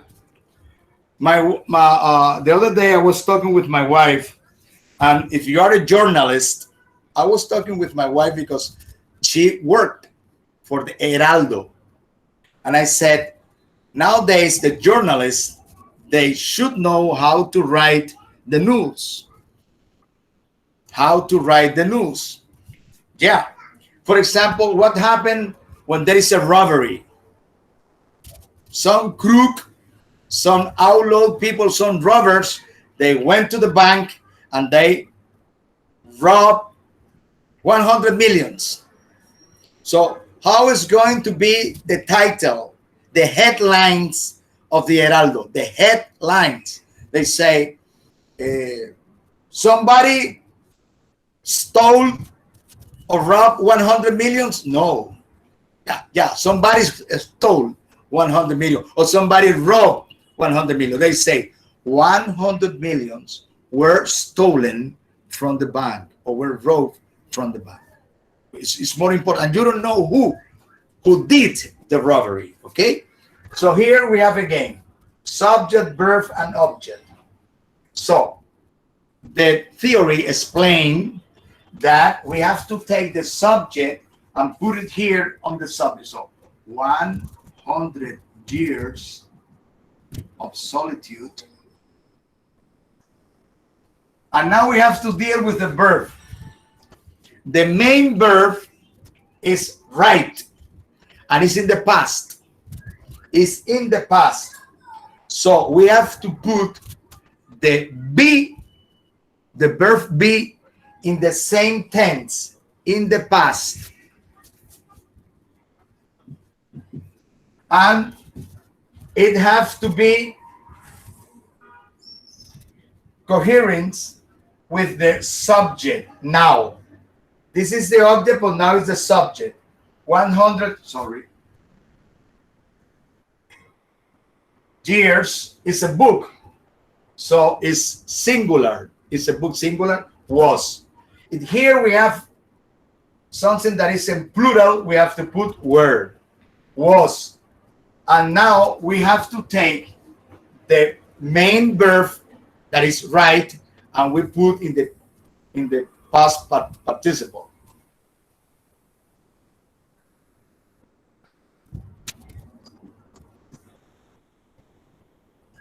And finally, the subject, if it is necessary, was by Garcia Marquez. So this sentence that is in the active voice, we have passed to the passive voice. Yeah, to the passive. Wrote, years, was written by this guy. So it's very simple. It's very easy. Yeah, with exercises, we can master all these things. Imagine that we need to change. Imagine that we change the sentence. Yeah.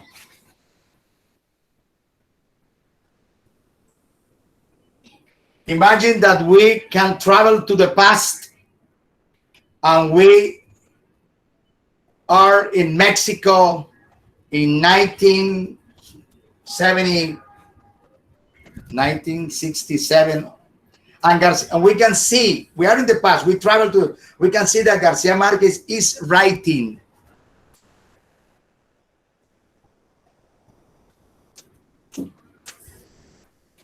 How we convert this active in passive voice. This Gabriel Garcia Marquez is writing 100 Years of Solitude in 1967.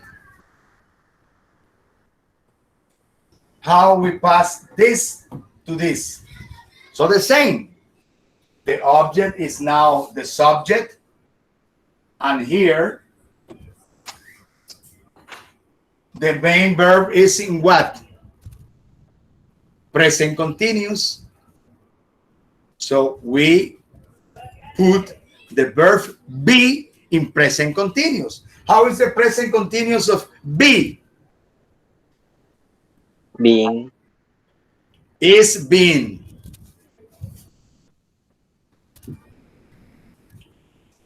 This is the present continuous of this verb. It's been written.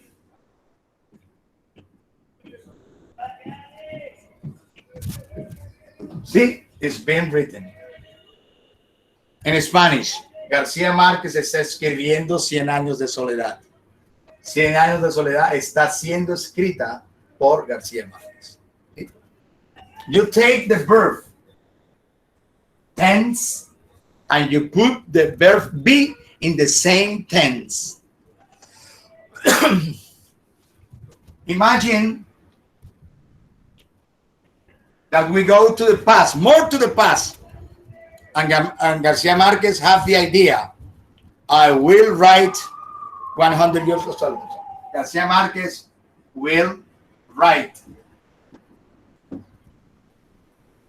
What do you do this? Will write is in the future. What is this future of be? Will be written again by, and in that way you can change any sentence from active to passive, from active to passive. Okay, easy, very easy, but you have to practice in order to master perfectly how to. Okay, if you take a look to page 141, we can read that in order to write passive sentences, we do that in order to emphasize the result of an action. The result of an action. Gabriel Garcia Marquez wrote 100 Years of Solitude. 100 Years of Solitude is the result of the action of writing from that writer of Garcia Marquez. So we are going to emphasize 100 Years of Solitude. We put that sentence in passive voice. Number two, to describe a process. Yeah, to describe a process. The dishes are washed. The machine is assembly. The things are done. The things are done. Somebody did the things, but the things are done. You're emphasizing in the result. The lesson was translated. I can say, Diana Isabel Erazo translated the lesson. Yeah, it was very important. But now I'm going to put it in the passive ways. Yeah, the lesson was translated by Diana Isabel. Yeah, because I want to emphasize in the result. Or maybe to describe a process. If you are a technical guy and you are going to explain a process, you don't say, Mr. Johnson watched the machine. Mr. Martinez cleaned the machine. No, you said the machine was cleaned by, or the machine is cleaned by the supervisor. The machine is checked by the engineer. Yeah, a process. To use an impersonal or indirect tone, yeah, would suggest that is because the law, that suggests because it's legal. So you don't say the police forbids to go there. No. For example, there is a grass or uh, mm, there is a place that you cannot go in. Is it walking here is forbidden? Walking here is prohibited. It's prohibited by the law. Yeah, but you're not going to say that in active voice. You have to say that in passive voice. Imagine that there is a mistake. Imagine that Fabian made a mistake, but Fabian is the group. Fabian belongs to our company. So we are not going to say Fabian made a mistake. No, we say a mistake have been made has been made. A mistake has been made, and now we are going to solve it. Yeah, we are not going to personalize the problem. No, a mistake has been made. That's passive voice. Fabian has made a mistake. No, a mistake has been made. Yeah. So to keep the reader attention. So there are 1, 2, 3, 4, 5, 6. Please take a look. Take a look to this uh, grammar for writing passive voice. Take a look. And then we are going to take a look to a video, interesting video about passive voice.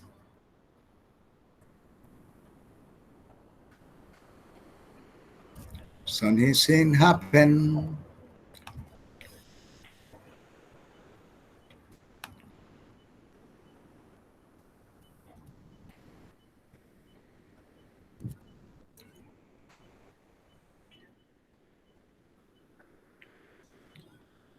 It's not here. I have to look for.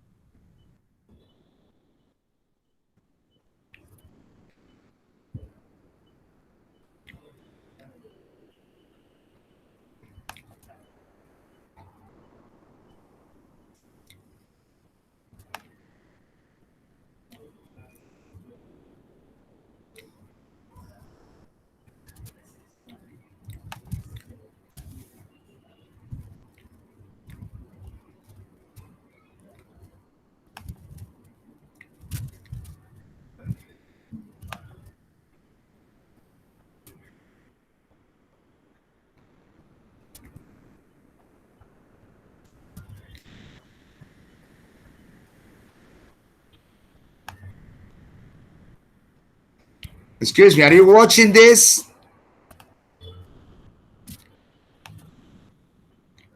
Are you watching this? Yes, teacher. Yes, teacher. Okay, the passive. Do you remember that lady? Yeah, to me, she's one of the best. She has one of the best videos about a lot of things. There are a lot, but this lady is special. So we are going to the passive voice. Why, when, how. It's the same, more or less, but I strongly recommend this video in order to take a look, in order to see. So it's going to appear in our class, okay? Here we go with this lady.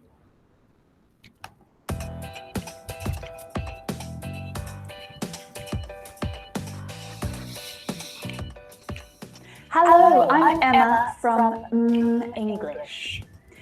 This lesson is at the top of my request list. So many of you have been asking me for a lesson about the passive voice. So I'm glad that I finally got it ready for you. Now, this can be a really confusing grammar structure in English. Lots of my students ask, what's the point of the passive voice? Is it really that important? Yes. Understanding the passive voice is important. In this lesson, you'll learn what it looks like, why it's useful, and you'll practice using it. The passive voice is used often by native English speakers. It's a mistake to think that it's only used in formal speech. It's also used informally, quite a bit. So stay with me through this entire lesson. Keep focused. It's not that long. Before we keep going, a quick little reminder to join the English Grammar Challenge. You'll get to practice the 10 most common grammar mistakes that English learners make and learn how to avoid them this week. And if you join and complete the challenge by the end of May, you could win one of the many prizes that we've got going on. So why should you use the passive voice? Well, there are times when you don't want to say who or what did the action. Maybe you're trying to avoid responsibility for something you did, or you don't want to get your mate into trouble. Or maybe you don't know who did the action. Or because actually the object is the most important or the most interesting part of the sentence. So that's the thing that the action is happening to, not the thing that is doing the action. You can use the passive to change the focus of your sentence. So let's go back a moment. To understand the passive voice, I should really first explain the active voice. But you already know it. It looks like this. The children ate the cake. Subject, verb, object. Now most English sentences are more complicated than this, but we'll start simply. The subject does the action to the object. The children ate the cake. Now imagine that you left for work in the morning and there was a whole cake on the kitchen table. But by the time you got home, it had completely disappeared. You don't know who ate it. I mean, you could probably guess, but you don't know. Where is this cake? The cake was eaten by somebody. So the solution is to use the passive voice because we don't know who ate the cake. Now, sometimes we're just more interested in the object of the sentence rather than the subject. English speakers frequently use the passive voice. But this lesson isn't about English speakers. It's about the passive voice. It's the most important thing. So we can change it to say the passive voice is frequently used by English speakers. Now, you'll often read passive sentences in newspapers when the journalists can't say who did something, maybe because they don't know who did it. It's also used in scientific reports and legal documents because the information has to be objective. So often there is no subject. Now, some other really common passive expressions that you already know. Be born. We don't say, my mother bore me on June 23rd, 1989. I was born on June 23rd, 1989. When your friend tells you about his new colleague, he won't say, people call him Tony. He'll say, he's called Tony, or he's named Tony. The Stand was written by Stephen King. The movie Deadpool was directed by Tim Miller. The national anthem was sung by Fergie. In all of these really common examples, you can see the structure of the passive voice. The be verb followed by the past participle. Huh? I thought we only use the past participle verb in the perfect tenses. Yeah, we do use it in the perfect tenses and in the passive voice. If you see the be verb followed by the past participle form, you know that this is a passive sentence. So let's go back to the first example to explain the form of a passive sentence. If our active sentence is the children ate the cake, the passive sentence is the cake was eaten by the children. The object of the active sentence becomes the subject in the passive sentence. To make the object of the active sentence become the subject, we actually need to change a few things in our sentence. So are you ready to learn how to do that? Here's our active sentence. To make a passive sentence, we need to use the passive tense. And there are 6 steps to turn an active sentence into a passive sentence. Now, you might want to take a notepad out so that you can write them down as we go. Step 1. Identify the subject, the verb, and the object of the active sentence. Step 2. Move the object to become the new subject of our sentence. Step 3. Check the active sentence. What is the verb tense in the active sentence? This is really important because the passive voice exists across different tenses. So you must check what tense the active sentence is in to make your passive sentence correct. It's in the past simple. The children ate the cake. Good. Step 4. Conjugate the verb be so that it's in the same tense as the main verb in the active sentence. We need to change our be verb to the past simple. So it becomes was or were, depending on the new subject. And our new subject is the cake. So we can choose was. The cake was. Step 5, add the past participle of the main verb after be. So looking back at the active sentence, the main verb is eat, though it's in past simple form. But can you think of the past participle of eat? Eaten, right. Now, the last step 6, you need to decide what to do with the subject of your active sentence. The children. In the passive voice, you don't have to include the thing that is doing the action. You can completely remove the former subject from your sentence. And that's helpful if you don't know who ate the cake, or you don't want to say who it was, or you don't care, maybe it's not important. But you can add it to the end of your sentence with the word by. The cake was eaten by the children. Let's look at some more examples together. The house was built in 1893. The car will be sold by the weekend. The washing had been left out in the rain. Many people's lives were saved. Can you see the passive form here? The be verb is always there, but it tells us the tense. It helps to describe when something happened. And it also conjugates with the subject. People's lives were saved. The house was built. And the be verb is always followed by the past participle. We can also explain who or what did the action by adding by. The house was built by her grandfather. This car will be sold by the salesman. The washing had been left out in the rain by her husband. Many people's lives were saved by the volunteers.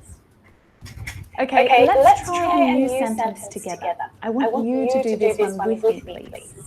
Can you remember the 6 steps? Someone has stolen my neighbor's car. This is an active sentence. Now, can you remember step number 1? It's easy. Identify the subject, verb, and object. Step 2, make the object the subject. Step 3, tell me what tense is used in the original active sentence. Present perfect. The present perfect tense. Step 4, you need to conjugate the be verb so that it's in the same tense. Has been.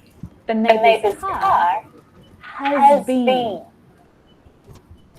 We're using has because the subject is now the car. Step 5, add the main verb in past participle form. The neighbor's car has been stolen. It's the same verb as the original sentence. It was also the past participle. Step 6, decide, do you need to include the thing that did the action? Is it really that important? Maybe not. Because we don't really know anything about who did it. It's just someone. I'd probably just leave it as my neighbour's car has been stolen. But if we knew a little bit more about who or what did it, we could definitely include it. My neighbour's car has been stolen by someone. My neighbour's car has been stolen by a monkey. So the passive form always includes the be verb with the past participle. And if you need to include any information about what or who did the action, use by. Okay, I've got 3 more examples for you to practice with. We made lots of money in 2002.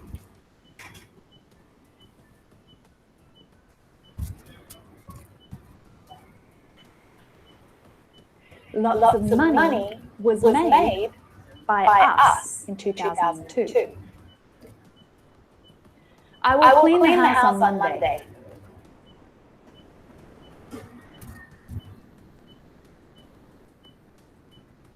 The house will be cleaned by me on Monday. He built the house for his parents.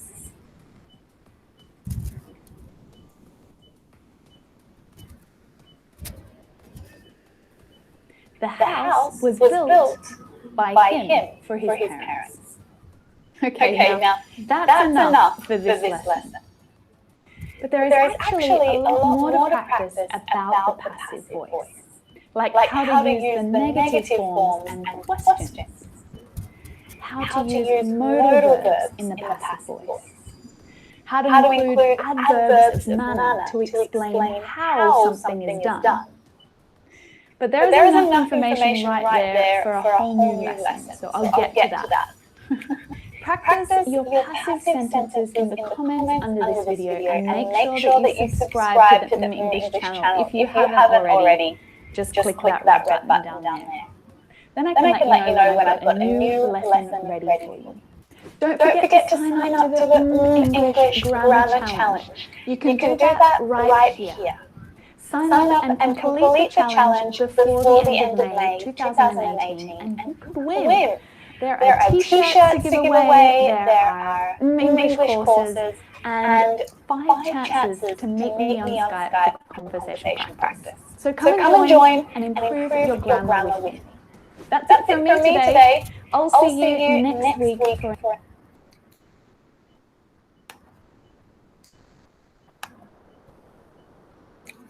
Okay, like these videos, there are a lot. There are a lot of videos that you can check, that you can uh, take in a certain moment that you prefer. But there are a lot. There are a lot of videos, and I consider that in a online classes, the videos are practical because this lady that we are talking about is a good teacher and he can explain with a lot of useful tools this grammar, this grammar. Yeah, this grammar. Anyway, I watch many different videos. For example, there is another video, but I prefer this one. What's this? Um,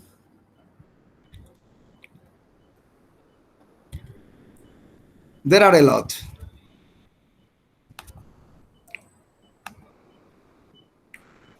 No, but this is not the one I'm looking for. Oh, no, no. I have many different, but this one was the one chosen because it's clear for me. It's very clear how to do this.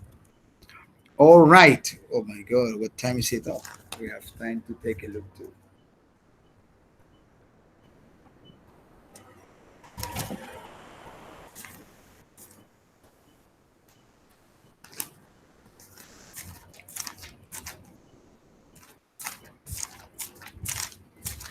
All right. Um,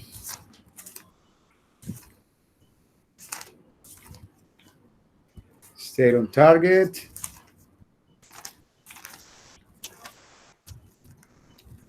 Vision in the future. Okay. So I would like that we take a look to the grammar that is on page 100, and it's the future as seen from the past. Yeah. When you are going to express a prediction, what are you doing? You are going to predict. You are going to predict the future. Something that from the past you are right now here, but the future, you are going to say what's going to happen in the future. Yeah. So is your prediction from the past about the future. Yeah. For example, in the future, appliances will be linked to each other to the internet.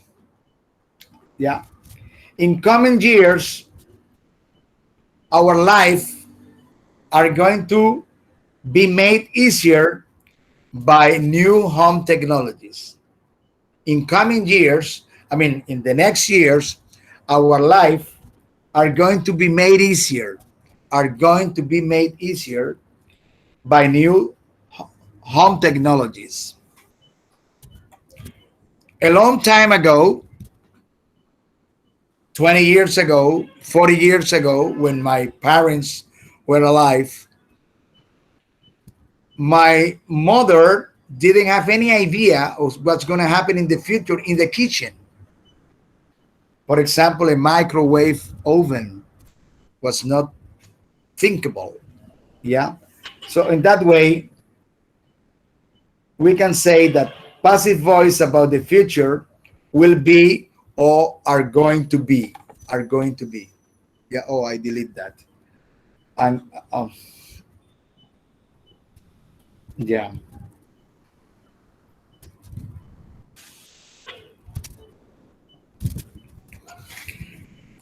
Take into account the prediction of Bill Gates. The prediction in Bill Gates. He said that hundreds of millions of computers would be used in every home. In the future, millions of personal computers are going to be used by people, are going to be used. Yeah. When you are sure or when you are predicting would be used. See the difference between they are going to be used or they would be used is a difference. When you say they are going to be used, you are sure. When you say in the future, millions of computers would be used, is that you are predicting. You are not sure about the future. But Bill Gates, that was a visionary, that he knew for sure that that's going to happen, he envisioned very clearly the future. He can say, in the future, millions of computers are going to be used. If you are not sure, you are just predicting. It's an idea that you have. It's a gut feeling that you have. You can say, oh yes, in the future, millions of computers would be used. Would be used. Okay?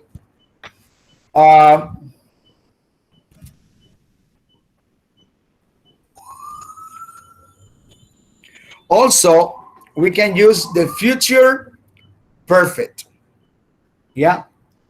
Future perfect. How is the future perfect? It's easy. Future will. Perfect have been. Will have been. And then the verb that you are going to use in your sentence in past participle. For example, it's a prediction that I have. Flying cars. Flying cars. And I said, Okay, in 20 years, flying cars will have been designed. In 20 2040, in 2040, flying cars will have been designed. Yeah. In 2040, flying cars will have been designed. I am using a future perfect to indicate that by that time the car is going to be already designed. Yeah. Will have been designed. Will have been designed. Okay, I consider that there are some exercises on page 101, and but we are going to finish the class for today. We're going to, because it's a new topic that I would like to start from the beginning. Yeah, with exercises, but a lot of exercises in order to master this, how you see the future from the past. Yeah, the future from the past, and the use of uh, the future perfect, also the future perfect. Yeah, I also want to let you know that the final exam is already done. The final exam is already done, and that we are going to practice some kind of models. Yeah, some models of grammars and vocabulary in order to be ready for the exam. In order to be ready for the exam. So I'm going to take some models of this for the next quiz, the last one. So according to the schedule, we are going to have quiz number 4, not next Saturday, but the Saturday next Saturday. Okay, so that's going to be the 5th, or the 5th of June, the 5th of June. Yes, because next Saturday is 29, and then the 5th, yeah, 29. Yeah. So in 2 Saturday from now, we are going to have the last quiz. It's not going to be difficult. It's going to be very easy. And remember the autonomous work number 8, the autonomous work number 8. And next week, when we finish, next Saturday, when we finish Unit 9, we are going to have autonomous work 9. Okay, autonomous work. That's very easy too. Simple exercises that are more or less like the exercises on the quiz. Yeah, more or less. If you do the autonomous work, you can do the quiz with blind eyes. Okay, no problem. Okay, do you have any question? Do you have any suggestions? Do you have any uh, opinions to comment, to say, to express? Thank you Yarit? very much. Oh, Yaritza is here. Today, 13 people showed up. 6 were absent. I know that there are some problems, but anyway, today one lady told me that he was going to observe the class because he was working.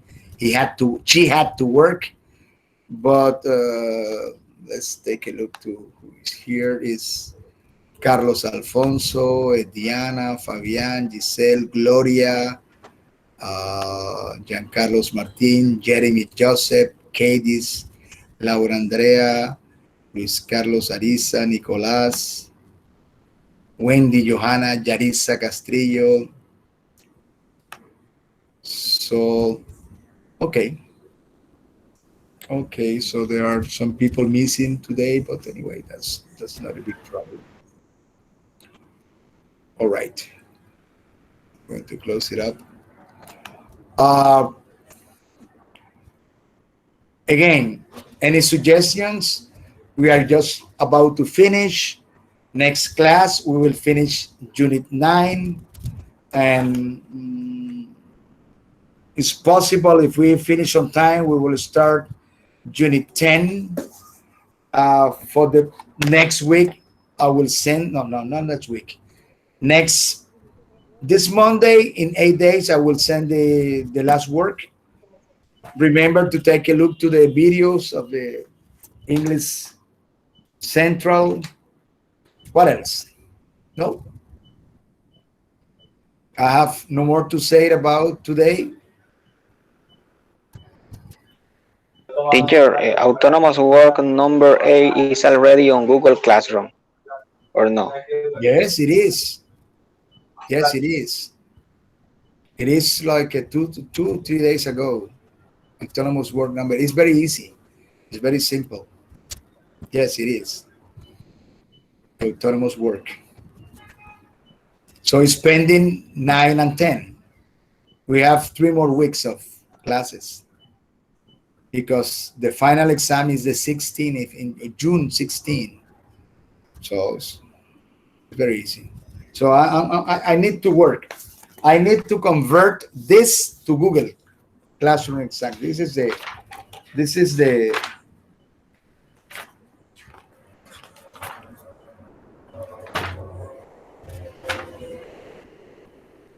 there are section listening. There are in grammar 25, 30, 30 questions in grammar. Yeah. There is a listening, there is a vocabulary, there is a reading. It's the same old story that you know. You've been here as students for 3 years.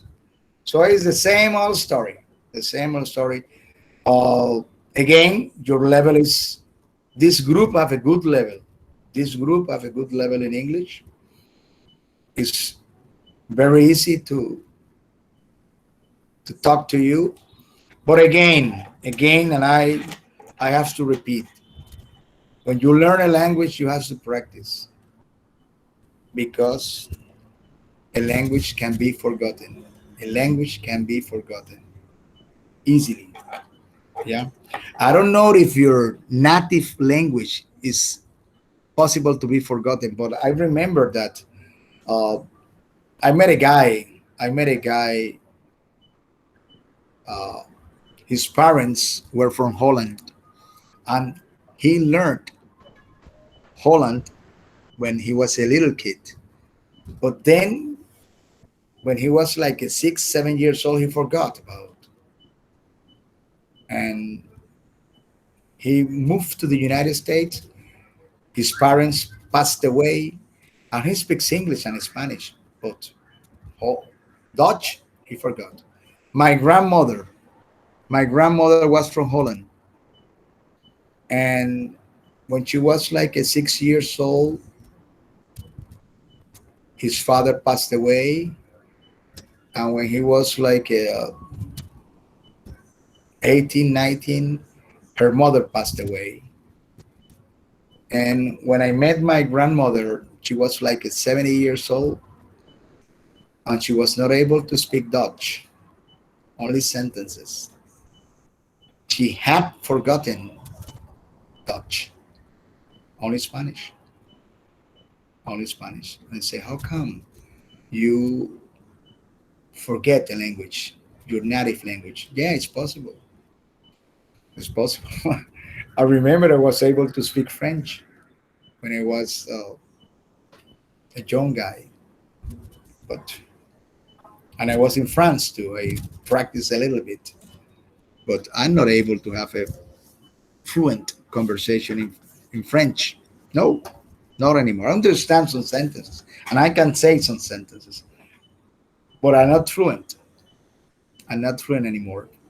So keep practicing, keep practicing. This is your last level, but it doesn't mean that you are going to, oh, I finished. No, now is when you have to practice more. When you have to practice.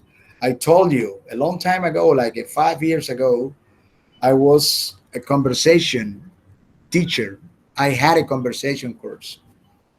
And I remember that in that conversation course were people that they had finished level 6 5 years ago.